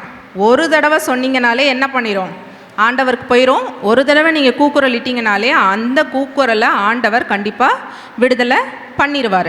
அப்போ முதல்ல ஆண்டவர் அழைக்கிறதுக்கு ஒரு பார்வை பார்க்குறாரு. 2வது நம்ம கூக்குரலிட்டு கதறும்போது நம்மளை விடுவிக்கிறதுக்காக அதை கண்ணோக்கி பார்க்குறார். 3வது ஒரு இம்பார்ட்டண்ட்டான விஷயம், இது என்னென்னா நிர்மூலமாக்குகிறதற்காகவும் நியாய தீர்ப்பு செலுத்துகிறதற்காகவும் பார்க்குறார். இதில் மித்தது எல்லாமே ஆண்டவர் எங்கேருந்து பார்க்குறார் தெரியுமா? சங்கீதம் 33 வாசித்தோம் இல்லையா?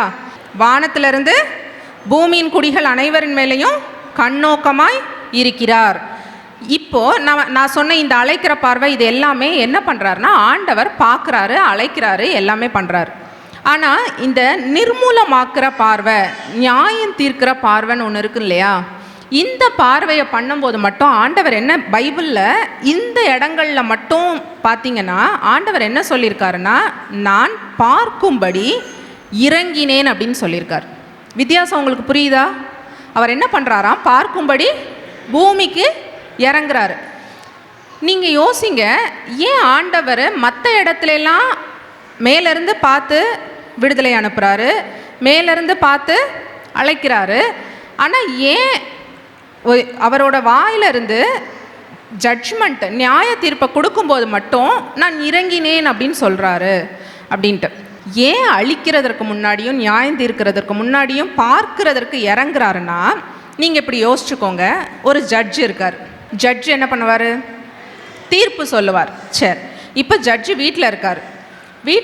அவர் கண்ணு முன்னாடி அவருக்கு வீட்டுக்கு வெளியே ஒரு திருடன் திருடிட்டான், இல்லாட்டி யாரையோ கொலை பண்ணிட்டாங்க. இப்போ அவர் ஜட்ஜு தானே? ஜட்ஜா இல்லையாங்க? அவர் வீட்டில் இருக்கும்போதும் ஜட்ஜு தானே. ஒரு குற்றத்தை பார்த்தா அவர் என்ன பண்ணிடலாம்? தீர்ப்பு சொல்லிடலாம். வீட்டில் உட்காந்துட்டு, ஏய் நீ இன்னொருத்தனை கொலை பண்ணிட்ட, நீ என்ன பண்ணிடு, நேராக போ, தூக்கு மேடையில் போய் ஏறி நில்லு, நீ போய் சாகு அப்படின்னு சொல்வார் அவர்? சொல்ல முடியாது, சொல்லவும் மாட்டார். என்ன பண்ணணும்? அவரோட ப்ரொசீஜர் என்னது? முதல்ல கோர்ட்டுக்கு போவார், வேலையை பார்ப்பார், ப்ரூஃப் சப்மிட் பண்ணணும், இவனை கொன்னாங்கிறதுக்கு சாட்சிகள் வரணும், எல்லாம் ப்ரூவ் ஆகணும். அதெல்லாம் பண்ணி தான் அந்த ஜட்ஜுக்கு எவ்வளோ கோபம் இருந்தாலும் இந்த ப்ராசஸ் எல்லாம் பண்ணி முடிச்சுட்டு, ஏன்னா ஒரு மனுஷனை அழிக்கிறதுங்கிறது ஈஸியான வேலை கிடையாது. ஏன்னா அவராக உருவாக்குன மனுஷங்க நம்மளை அழிக்கிறதுக்கு அவருக்கு இப்படின்னா போதும் தான், ஆனால் அதை பண்ண மாட்டார். அவர் அழிக்கிறதுக்கு மட்டும் அவரால் தாங்கவே முடியாது. அவர் ஒரு ஜட்ஜு, நியாயம் செய்ய போகிறார். நியாயம் செய்கிறதுக்கு முன்னாடி இறங்கி வந்து பார்க்குறாரு. அதை ஃபஸ்ட்டு ஒரு இடத்துல பார்க்கலாம். நம்ம எல்லாம் எடுத்துக்கோங்க. ஆதியாகமம் 11வது அதிகாரம் 4வது வசனம் 5வது வசனம். இங்கே நிம்ரோத்துன்னு ஒரு ராஜா இருக்கான். அவன் வந்து பாபேல் கோபுரம் அப்படின்னு ஒரு கோபுரத்தை கட்டுறாங்க. என்ன கோபுரம்? பாபேல் அப்படின்னு ஒரு கோபுரத்தை கட்டுறாங்க. இந்த கோபுரம் அந்த காலத்தில் சிட்டிஸ் எல்லாரும் புதுசாக டெவலப் ஆகுறாங்க. அவங்களோட ஒவ்வொரு புது கண்டுபிடிப்புகளை வச்சு கட்டடம் கட்டுறாங்க, பில்டிங் கட்டுறாங்க, சிட்டி கட்டுறாங்க. இதெல்லாம் தப்பான்னு கேட்டால் தப்பு கிடையாது. நம்மளும் பண்ணுறோம்ல. நம்ம சம்பாதிச்சோடனே ஒரு வீடு கட்டுவோம், நம்ம சம்பாதிச்சிட்டோன்னா ஒரு பெருசாக இன்னும் ஒரு வீடு கட்டுவோம், ஒரு நிலம் வாங்குவோம். இதெல்லாம் பண்ணுறது தப்பு கிடையாது. அவங்க அங்கே பண்ண தப்பு ஒன்று இருக்குது. அது என்னன்னு வாசிக்க கேட்போம். ஆதியாகமும் 11வது அதிகாரம் 4வது வசனமும் 5வது வசனமும் வாசிங்க.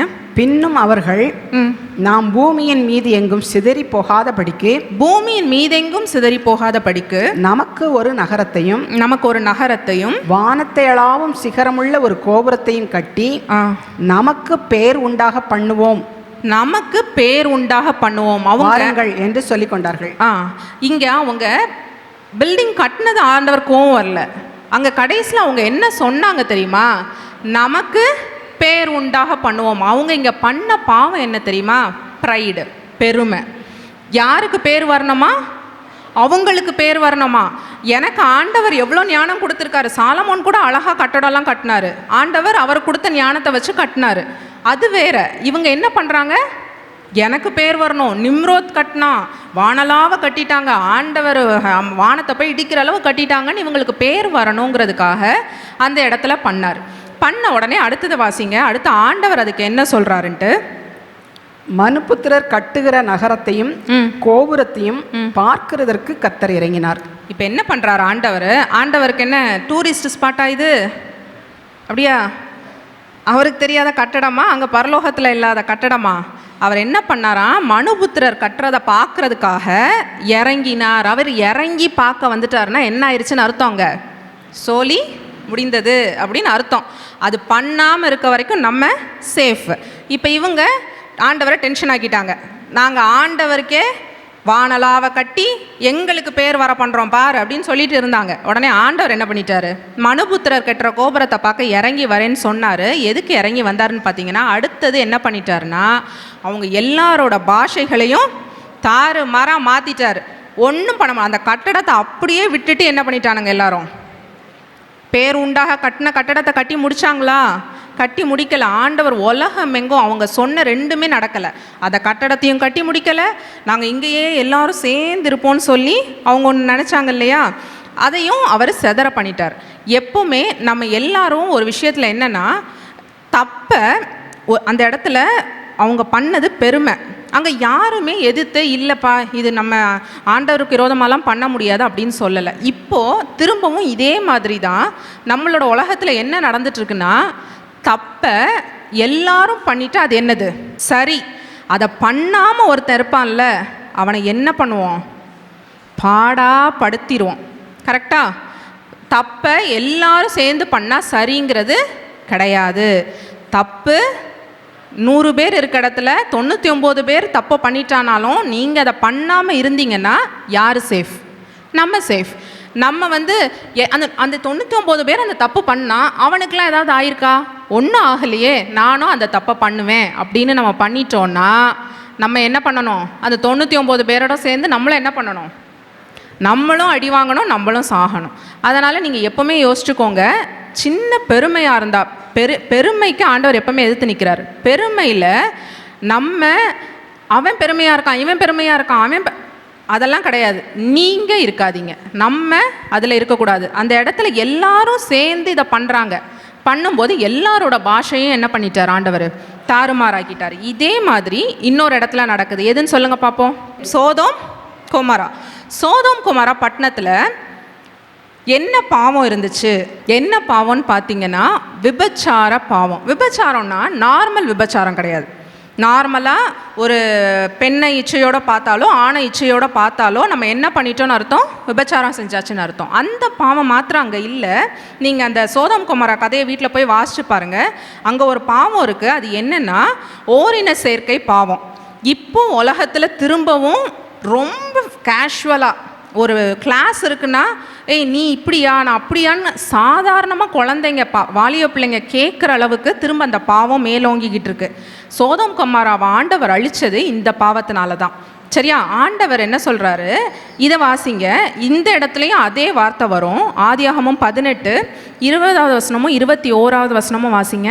பின்பு கர்த்தர் சோதோம் குமாராவின் கூக்குரல் பெரிதாய் இருப்பதினாலும் அவைகளின் பாவம் மிகவும் கொடிதாய் இருப்பதினாலும் நான் இறங்கி போய் என்னிடத்தில் வந்து எட்டின அந்த கூக்குரலின்படியே அவர்கள் செய்திருக்கிறார்களோ இல்லையோ என்று பார்த்து அறிவேன் என்றார். அவர்கள் செய்திருக்கிறார்களோ இல்லையோ என்று பார்த்து அறிவேன். இப்போ ஆண்டவருக்கு தெரியாதா சோதம் குமாரால இதெல்லாம் நடக்குதுன்ட்டு? இந்த இதுக்கு சொல்லும் போது யார்கிட்ட சொல்கிறான், ஆபிரகாம் கிட்ட பேசுகிறார். ஆபிரகாம் கிட்ட வரும்போதே அவர் என்ன டெசிஷனோட தான் வந்தார் தெரியுமா? அழிக்கணும்னு நினச்சிட்டு தான் வந்தார். அதனால தான் ஆபிரகாமை ஏலம் போட்ட மாதிரி கேட்டுட்டு இருக்காரு. இத்தனை பேர் இருந்து அழிக்க மாட்டீங்களா, இத்தனை பேர் இருந்து அழிக்க மாட்டீங்களான்னு. ஆபிரகாமோட ஒரே கன்சர்ன் யார் தான்? லோத்து சாகக்கூடாது, அவ்வளோதான். அதுக்காக தான் அங்கே வந்து பேசவும் செய்கிறார். ஆண்டவர் ஆல்ரெடி டிசைட் தான் பண்ணிட்டார். ஆனாலும் அவர் ஜட்ஜுங்கிறதுனால நியாய தீர்ப்பு கொடுக்கறதுக்கு முன்னாடி அவர் அப்படி தான் சொல்கிறாரு. அங்கே எனக்கு வந்த கூக்குரல், நான் ஃபஸ்ட்டு சொல்லிட்டு இருந்தேன், நான் நினச்சிட்டு இருந்தேன் அந்த பாவத்தோட கூக்குரல் பயங்கரமாக அங்கே போயிருக்கு ஆண்டவர்கிட்ட. எப்படி நம்ம கதற கூக்குரல் போகுதோ அதே மாதிரி பாவத்தோட கூக்குரல் போயிருக்கு. அப்போ நானும் என் ஹஸ்பண்டை நேற்று பேசிகிட்டு இருக்கும்போது அவங்க ஒன்று சொன்னாங்க, அந்த பாவத்து நிமித்தம் பாதிக்கப்பட்டவங்கன்னு கொஞ்சம் பேர் இருப்பாங்க இல்லையா, அந்த பாவங்களின் நிமித்தம் பாதிக்கப்பட்டவங்க. ஏன்னா வந்த 2 ஆண் தூதர்களை வெளியில் அனுப்பு அப்படின்னு கேட்குற அளவு அது கொடுமையான ஒரு நகரம். அப்போ எவ்வளோ பேர் அதில் பாதிக்கப்பட்டு கூக்குரலிட்டு இருப்பாங்க. எப்போவுமே ஒரு இடத்துல பாதிக்கப்படுறவங்களோட கூக்குரல் ஆண்டவருக்கு நேராக பரலோகத்துக்கு போச்சுன்னா அது இன்னுமே ஆபத்து. பாதிப்பு ஏற்படுத்துகிறவனோட கூக்குரலை கூட ஆண்டவர் கிருப கிரேஸு கொடுத்துக்கிட்டே இருப்பார். ஆனால் அந்த பாதிக்கப்படுறவங்களோட எண்ணிக்கை கூடி அந்த கூக்குரல் அங்கே போகுது இல்லையா, அப்போ என்ன ஆக ஆரம்பிச்சிடும், ஆண்டவருக்கு கோபம் வந்துடும். உடனே அவர் என்ன பண்ணுறாரு, நான் கேட்குற கூக்குரல், நான் கேட்குறது இவங்க செய்கிற பாவம் எல்லாம் ஆமாவா அப்படின்னு நடக்குதா இல்லையான்னு நான் போய் பார்க்க போகிறேன்னு என்ன பண்ணிட்டாரு, இப்போ இறங்கிட்டாரு. பார்க்குறதற்காக இறங்குறாரு. இதுதான் அடுத்த பார்வை. இவர் இறங்கி வந்து உங்களுக்கு அடுத்த கதை தெரியும். லோத்தோட குடும்பத்தை மட்டும் வெளியில் போக சொல்கிறாரு. சோதம் குமாராவை முற்றிலுமாக நிர்மூலமாக்கி அழிச்சிட்டாரு. அக்கினியும் கந்தகமும் வானத்திலிருந்து விழுந்து அந்த சோதம் குமாரா பட்டணத்துக்கு அன்றைக்கு நியாயம் தீர்ப்பு கொடுக்கப்பட்டது. சரியா? இப்போது நீங்கள் பார்த்த அந்த பாபேல்லையும் சரி இந்த சோதோம்லேயும் சரி எல்லா இடத்துலையும் ஒரு பாவம் மேலோங்கி நின்றுருக்கு. கரெக்டாக? அப்போது நம்ம சபைகளில் நம்ம சபைக்கு வர்ற இடத்துல நம்ம இங்கே இருக்கிற ஒவ்வொருத்தரும் யோசிக்கணும், இங்கே ஏதாவது ஒரு பாவம் அதிகமாக இருக்குதா? ஏதோ ஒரு பாவம் அதிகமாக இருந்ததுன்னா நம்ம இங்கே இருக்கிற எல்லாருக்கும் பேரழிவு வர்றதுக்கு அது கண்டிப்பாக வழிவகுத்துரும். சரியா? கவனமாக இருங்க. தப்பை யாராவது ஒருத்தர் செஞ்சாலும் அதில் நீங்கள் எதிர்த்து நிற்கிறதுக்கு பழகிக்கோங்க. தப்பு சரிங்கிறது எல்லாரும் செஞ்சிட்டாங்க, நான் பண்ணாலும் சரிதான் அப்படிங்கிற எண்ணத்துக்கு நீங்கள் வரவே வராதிங்க. அதை தான் இவங்க எல்லாரும் பண்ணாங்க. அந்த பெருமையிலையும் சரி, அந்த விபச்சாரம் ஓரின சேர்க்க பாவத்திலையும் சரி, இவங்க எல்லாரும் அதை தான் பண்ணுறாங்க. அடுத்தது நியாய தீர்ப்பு வந்தது யாருக்கு தெரியுமா? எகிப்து ஜனங்களுக்கு.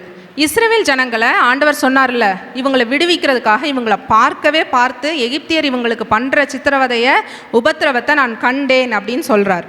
சொல்லி முடிச்சுட்டு ஆண்டவர் ஒரு வார்த்தை சொல்கிறாரு, அதை வாசிக்க கேட்போம். யாத்ராகமும் 3வது அதிகாரம் 8வது வசனத்தோட பின்பகுதி. அவர்களை எகிப்தியரின் கைக்கு விடுதலையாக்கவும் அவர்களை அந்த தேசத்திலிருந்து நீக்கி கானானியரும் ஏத்தியரும் எமோரியரும் பெருசியரும் ஏவியரும் எபூசியரும் இருக்கிற இடமாகிய பாலும் தேனும் ஓடுகிற நலமும் விசாலமுமான தேசத்திலே கொண்டு போய் சேர்க்கவும் இறங்கினேன். இங்க என்ன போட்டிருக்கு? பாலும் தேனும் ஓடுகிற கானான் தேசத்துல கொண்டு போய் சேர்க்கறதுக்காக இறங்கினேன்னு போட்டிருக்கு. யாரை கொண்டு போய் சேர்க்கறதுக்காக இறங்கினாராம்? இஸ்ரவேல் ஜனங்களை, எகிப்து தேசங்களை. அவர் ஆசீர்வதிக்கிறதுக்கு யூஸ்வலாக இறங்குற தேவன் கிடையாது, எங்கேயும் அப்படி இல்லை. ஆனால் இந்த இடத்துல அவங்கள பாலும் தேனும் ஓடுற கானான் தேசத்தில் போய் சேர்க்கறதுக்காக இறங்கினேன். இந்த இறங்கினேன் மனசு இறங்கினேன் கிடையாது, ஐ கேம் டவுன் அப்படின்னு போட்டிருக்கு இங்கிலீஷில். அவர் கீழே இறங்குறாரு. எதுக்காக இறங்குறாருன்னா, அந்த இடத்துல இஸ்ரவேல் ஜனங்களோட நின்று எகிப்தியரை ஃபைட் பண்ணுறதுக்காக இறங்கியிருக்கார். இவங்களை போய் சேர்க்கறதுல பங்கு என்னென்னா, இஸ்ரவேல் ஜனங்களை போய் சேர்க்கறதில்ல, இவங்களுக்கு நின்று யாரை ஃபைட் பண்ண போகிறாரு? யாருக்கு எதிராக போராடி யுத்தம் பண்ண போகிறாரு? எகிப்தியரை எப்படி அழிக்கணும்? எப்பவுமே ஆண்டவர் நியாயம் தீர்க்கிறதுக்கு இறங்கி மட்டும் நியாயம் தீர்த்தார்னா ஒரு ஆள் மிஞ்சாமல் என்ன பண்ணிடுவார்? அடிச்சிருவார். அந்த இது ஈஸியாக எங்கே வரும் தெரியுமா? நியாய தீர்ப்பு எங்கேலேருந்து தொடங்கும் தெரியுமா? சபையிலேருந்து தான் தொடங்கும். நம்ம ரொம்ப கவனமாக இருக்கணும். ரொம்ப சேட்டை கூடிட்டே இருக்குது, ஆண்டவருக்கு நேராக கூக்குரல் போகுது, விபச்சார பாவம், வேசித்தன பாவம், பெருமையின் பாவம், இதெல்லாம் சபையில் கூடிட்டே இருந்ததுன்னா ஆண்டவர் இறங்காமல் இருக்கிற வரைக்கும், நம்ம இப்போ கிருபையின் காலத்தில் இருக்கனால நம்மலாம் தப்பிச்சுட்டு இருக்கோம். கிருபை ஆண்டவர் கிருபையாக இருக்காருன்னு. ஆனாலும் ஆண்டவர் இறங்கிட்டாரு, பார்க்கறதுக்காக இறங்கிட்டாரு. இவங்க என்னெல்லாம் பண்ணுறாங்கன்னு பார்க்கறதுக்கு இறங்கிட்டாருன்னா என்ன ஆயிரும்? ஒருத்தர் இல்லாமல் எல்லாரையும் அடிச்சு முடிச்சிருவார். இங்கே என்ன பண்ணார்? இஸ்ரவேலை போய் சேர்க்கறதுக்காக இறங்கினாராம். இறங்கினவர் என்ன பண்ணுறாரு? 14 யாத்ராகவும் 14:24 கிழக்கு வெளுத்து வரும் ஜாமத்தில் கர்த்தர் அக்கினியும் மேகமுமான ஸ்தம்பத்தில் இருந்து எகிப்தியரின் சேனையை பார்த்து அவர்கள் சேனையை கலங்கடித்து அவருடைய சேனையை கலங்கடித்தார். போதும். இப்போ ஆண்டவர் என்ன பண்றாரு? இந்த ஃபர்ஸ்ட் இறங்கினேன்னு சொன்னார் இல்லையா, அது எந்த அதிகாரத்துலன்னு பார்த்தீங்கன்னா, மோசையை அழைச்ச அதிகாரத்தில் இறங்கினார். இறங்கி பார்க்க ஆரம்பிக்கிறார். பார்த்தா ஆண்டவர் அப்புறம் போகவே இல்லை. என்ன பண்ணுறாரு தெரியுமா? இங்கேயே இருக்காரு. எகிப்தியரை ஒன்றொன்னா அடிக்கிறாரு. ஃபஸ்ட்டு வாதை, 2வது வாதை, 3வது வாதை, 4வது வாதை. இதில் ஒவ்வொரு வாதையிலையும் கொஞ்சம் பேர் எப்படியும் இறந்துருப்பாங்க. கரெக்டாக? எல்லா வாதையிலையுமே கொஞ்சம் பேர் இறந்துருப்பாங்க. தண்ணி இல்லாமல் இருக்கிற அன்றைக்கி, இருட்டில் இருக்கிற அன்றைக்கி எல்லா வாதையிலையும் கொஞ்சம் இறந்துருப்பாங்க. ஆனால் கடைசி வாதையில் ஆண்டவர் ஒன்று சொல்கிறாரு. அந்த தலைப்பிள்ளை சங்காரத்தில் கர்த்தர் எகிப்தின் வீதிகளிலே கடந்து போவார். யார் போவாரா? கர்த்தர் கடந்து போவார். கடந்து போய் அவர் தான் என்ன பண்ணியிருக்காரு? சங்காரமே பண்ணியிருக்காரு. கர்த்தர் அந்த இடத்துலையும் போகலை, அவர் அங்கே தான் இருக்கார். எகிப்தில் யாருக்காக யுத்தம் பண்ணிட்டு இருக்காரு? இஸ்ரவேல் ஜனங்களை விடுதலை பண்ண யுத்தம் பண்ணுறாரு. அங்கே ஆண்டவர் இருந்தார். அதே மாதிரி இப்போ செங்கடலுக்கு போயிட்டாங்க. செங்கடலுக்கு போனால் யார் பின்னாடி துரத்திட்டு வந்துட்டாங்க?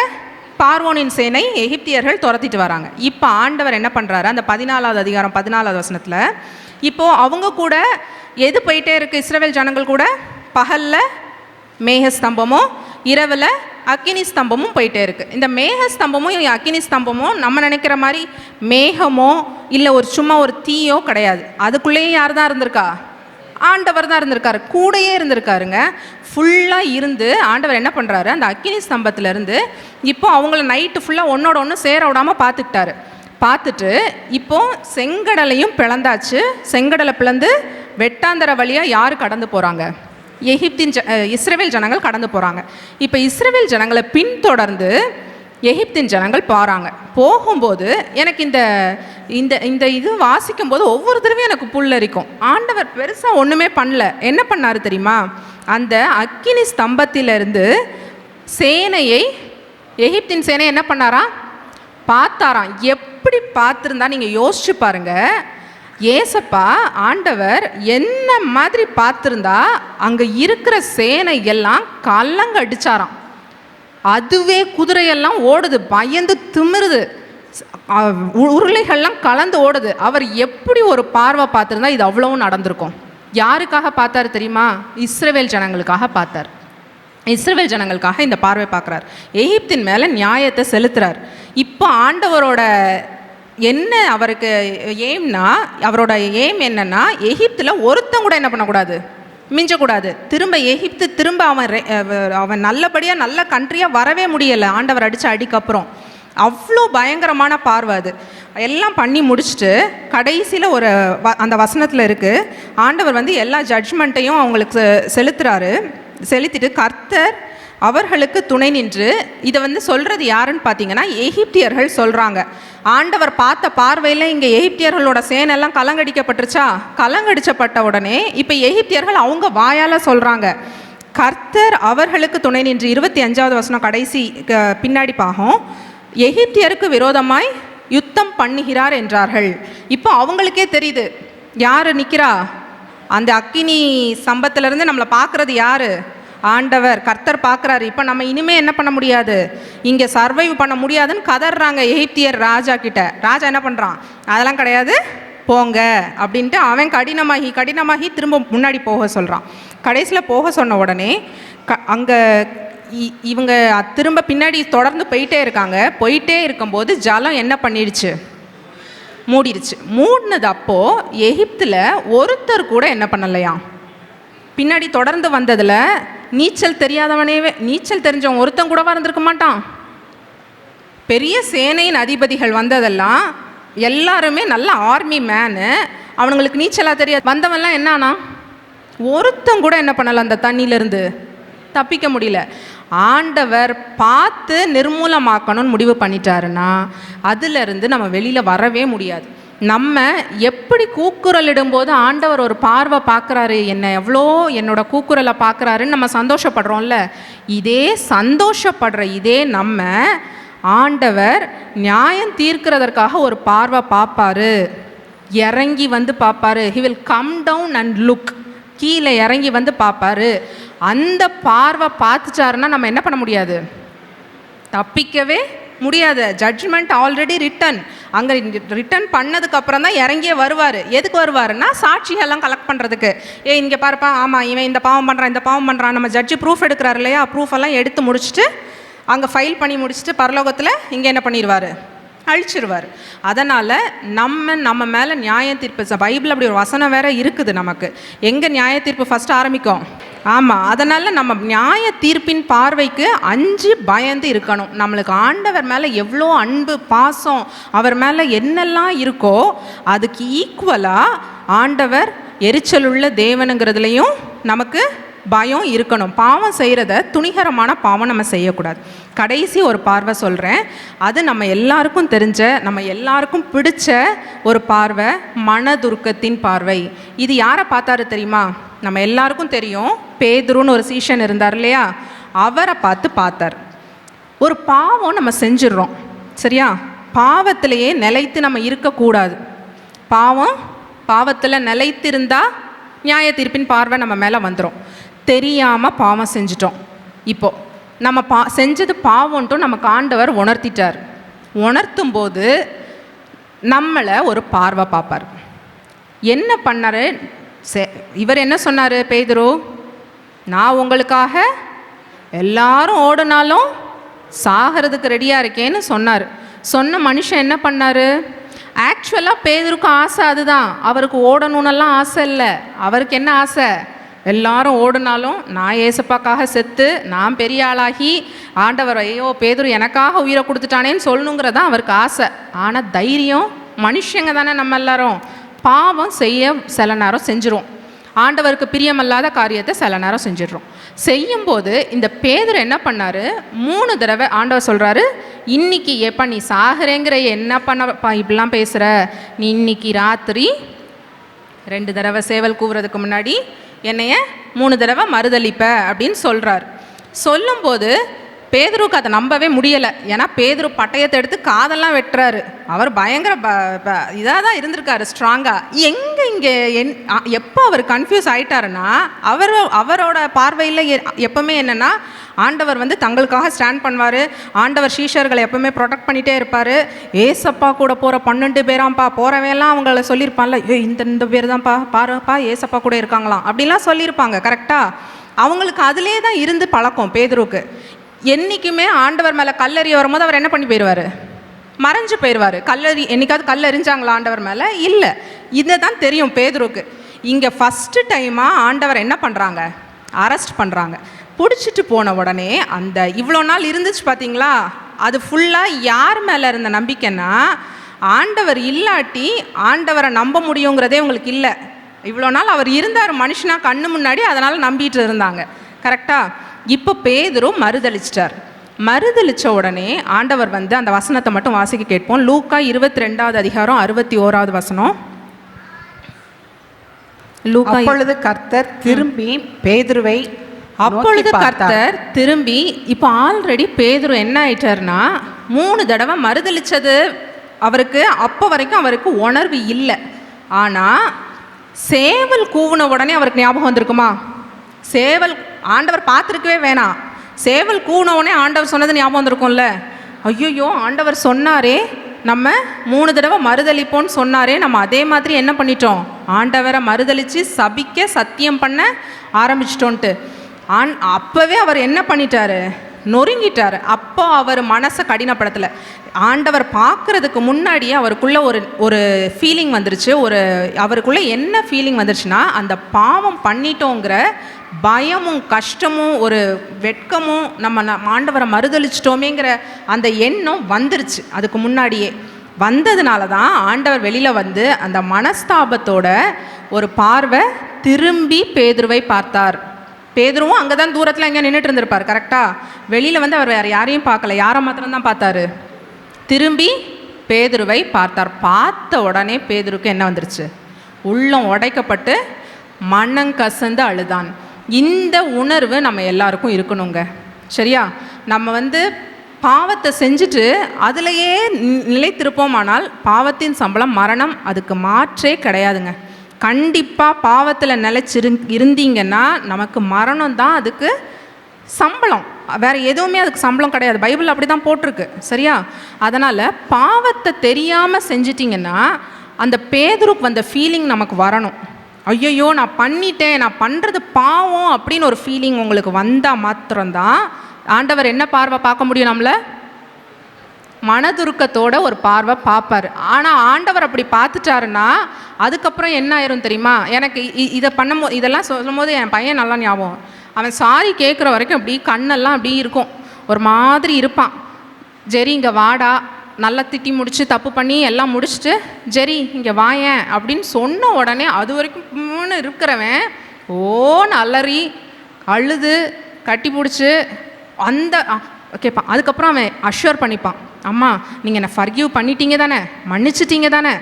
அப்புறம் நமக்கு தெரியுது நமக்கு ஆண்டவரை பார்க்க முடியலை. ஆனால் ஆண்டவர் சொல்கிறாரு, நான் மன்னிச்சிட்டேன்னா திரும்ப அதை என்ன பண்ணவே மாட்டேன், திரும்ப நினைக்கவே மாட்டார். அதுதான் நம்ம ஆண்டவரோட பியூட்டி. அது அவரை பார்க்கவே நம்மளால் முடியலனாலும் பாவத்துக்காக வருந்தி மனம் திரும்பிட்டீங்கன்னா ஆண்டவர் என்ன பண்ண மாட்டார், அதை திரும்பவும் நினைக்கவே மாட்டார்.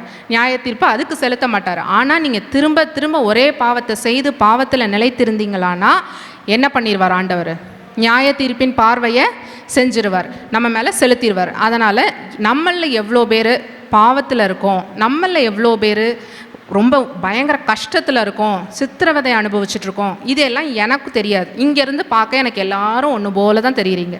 ஆனால் உங்களோட இருதயம் யாருக்கு தெரியும்னா, மேலே நம்ம இந்த இடத்துல இருக்கிறது யார்? ஆவியானவர், பரிசுத்த ஆவியானவர் இங்கேருந்து ஒவ்வொருத்தரையும் கண்ணோக்கிட்டு இருக்கார், உங்கள் இருதயத்தில் இருக்கார். உங்களோட வேதனையும் கூக்குரலும் யாருக்கு தெரியும்? ஆண்டவருக்கு கண்டிப்பாக தெரியும்.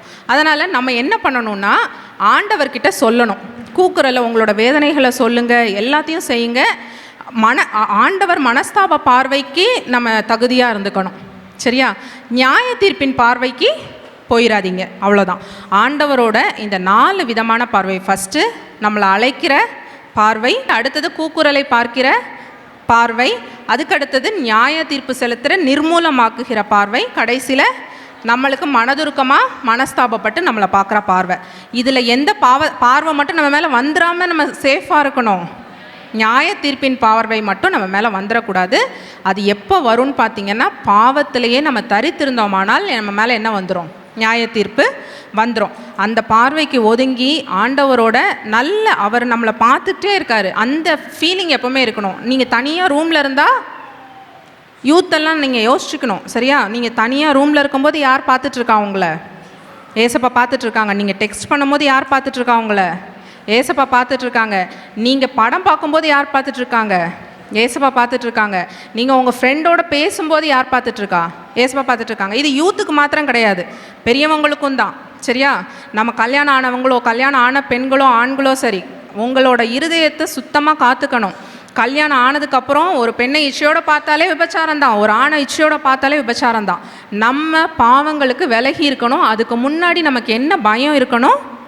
ஆண்டவர் நான் இருட்டில் இருந்தாலும் என்னை பார்க்குறாரு, நான் தனிமையாக இருந்தாலும் நான் என்னை பார்க்குறாரு, நான் ஒரு பெரிய 1,00,000 பேரோட க்ரௌடில் இருந்தாலும் என்ன பண்ணுறாரு? என்ன பார்க்குறாரு. அவரோட பார்வைக்கு நான் தப்பிக்கவே முடியாதுங்கிற பயம் நமக்கு இருக்கணும். சரியா?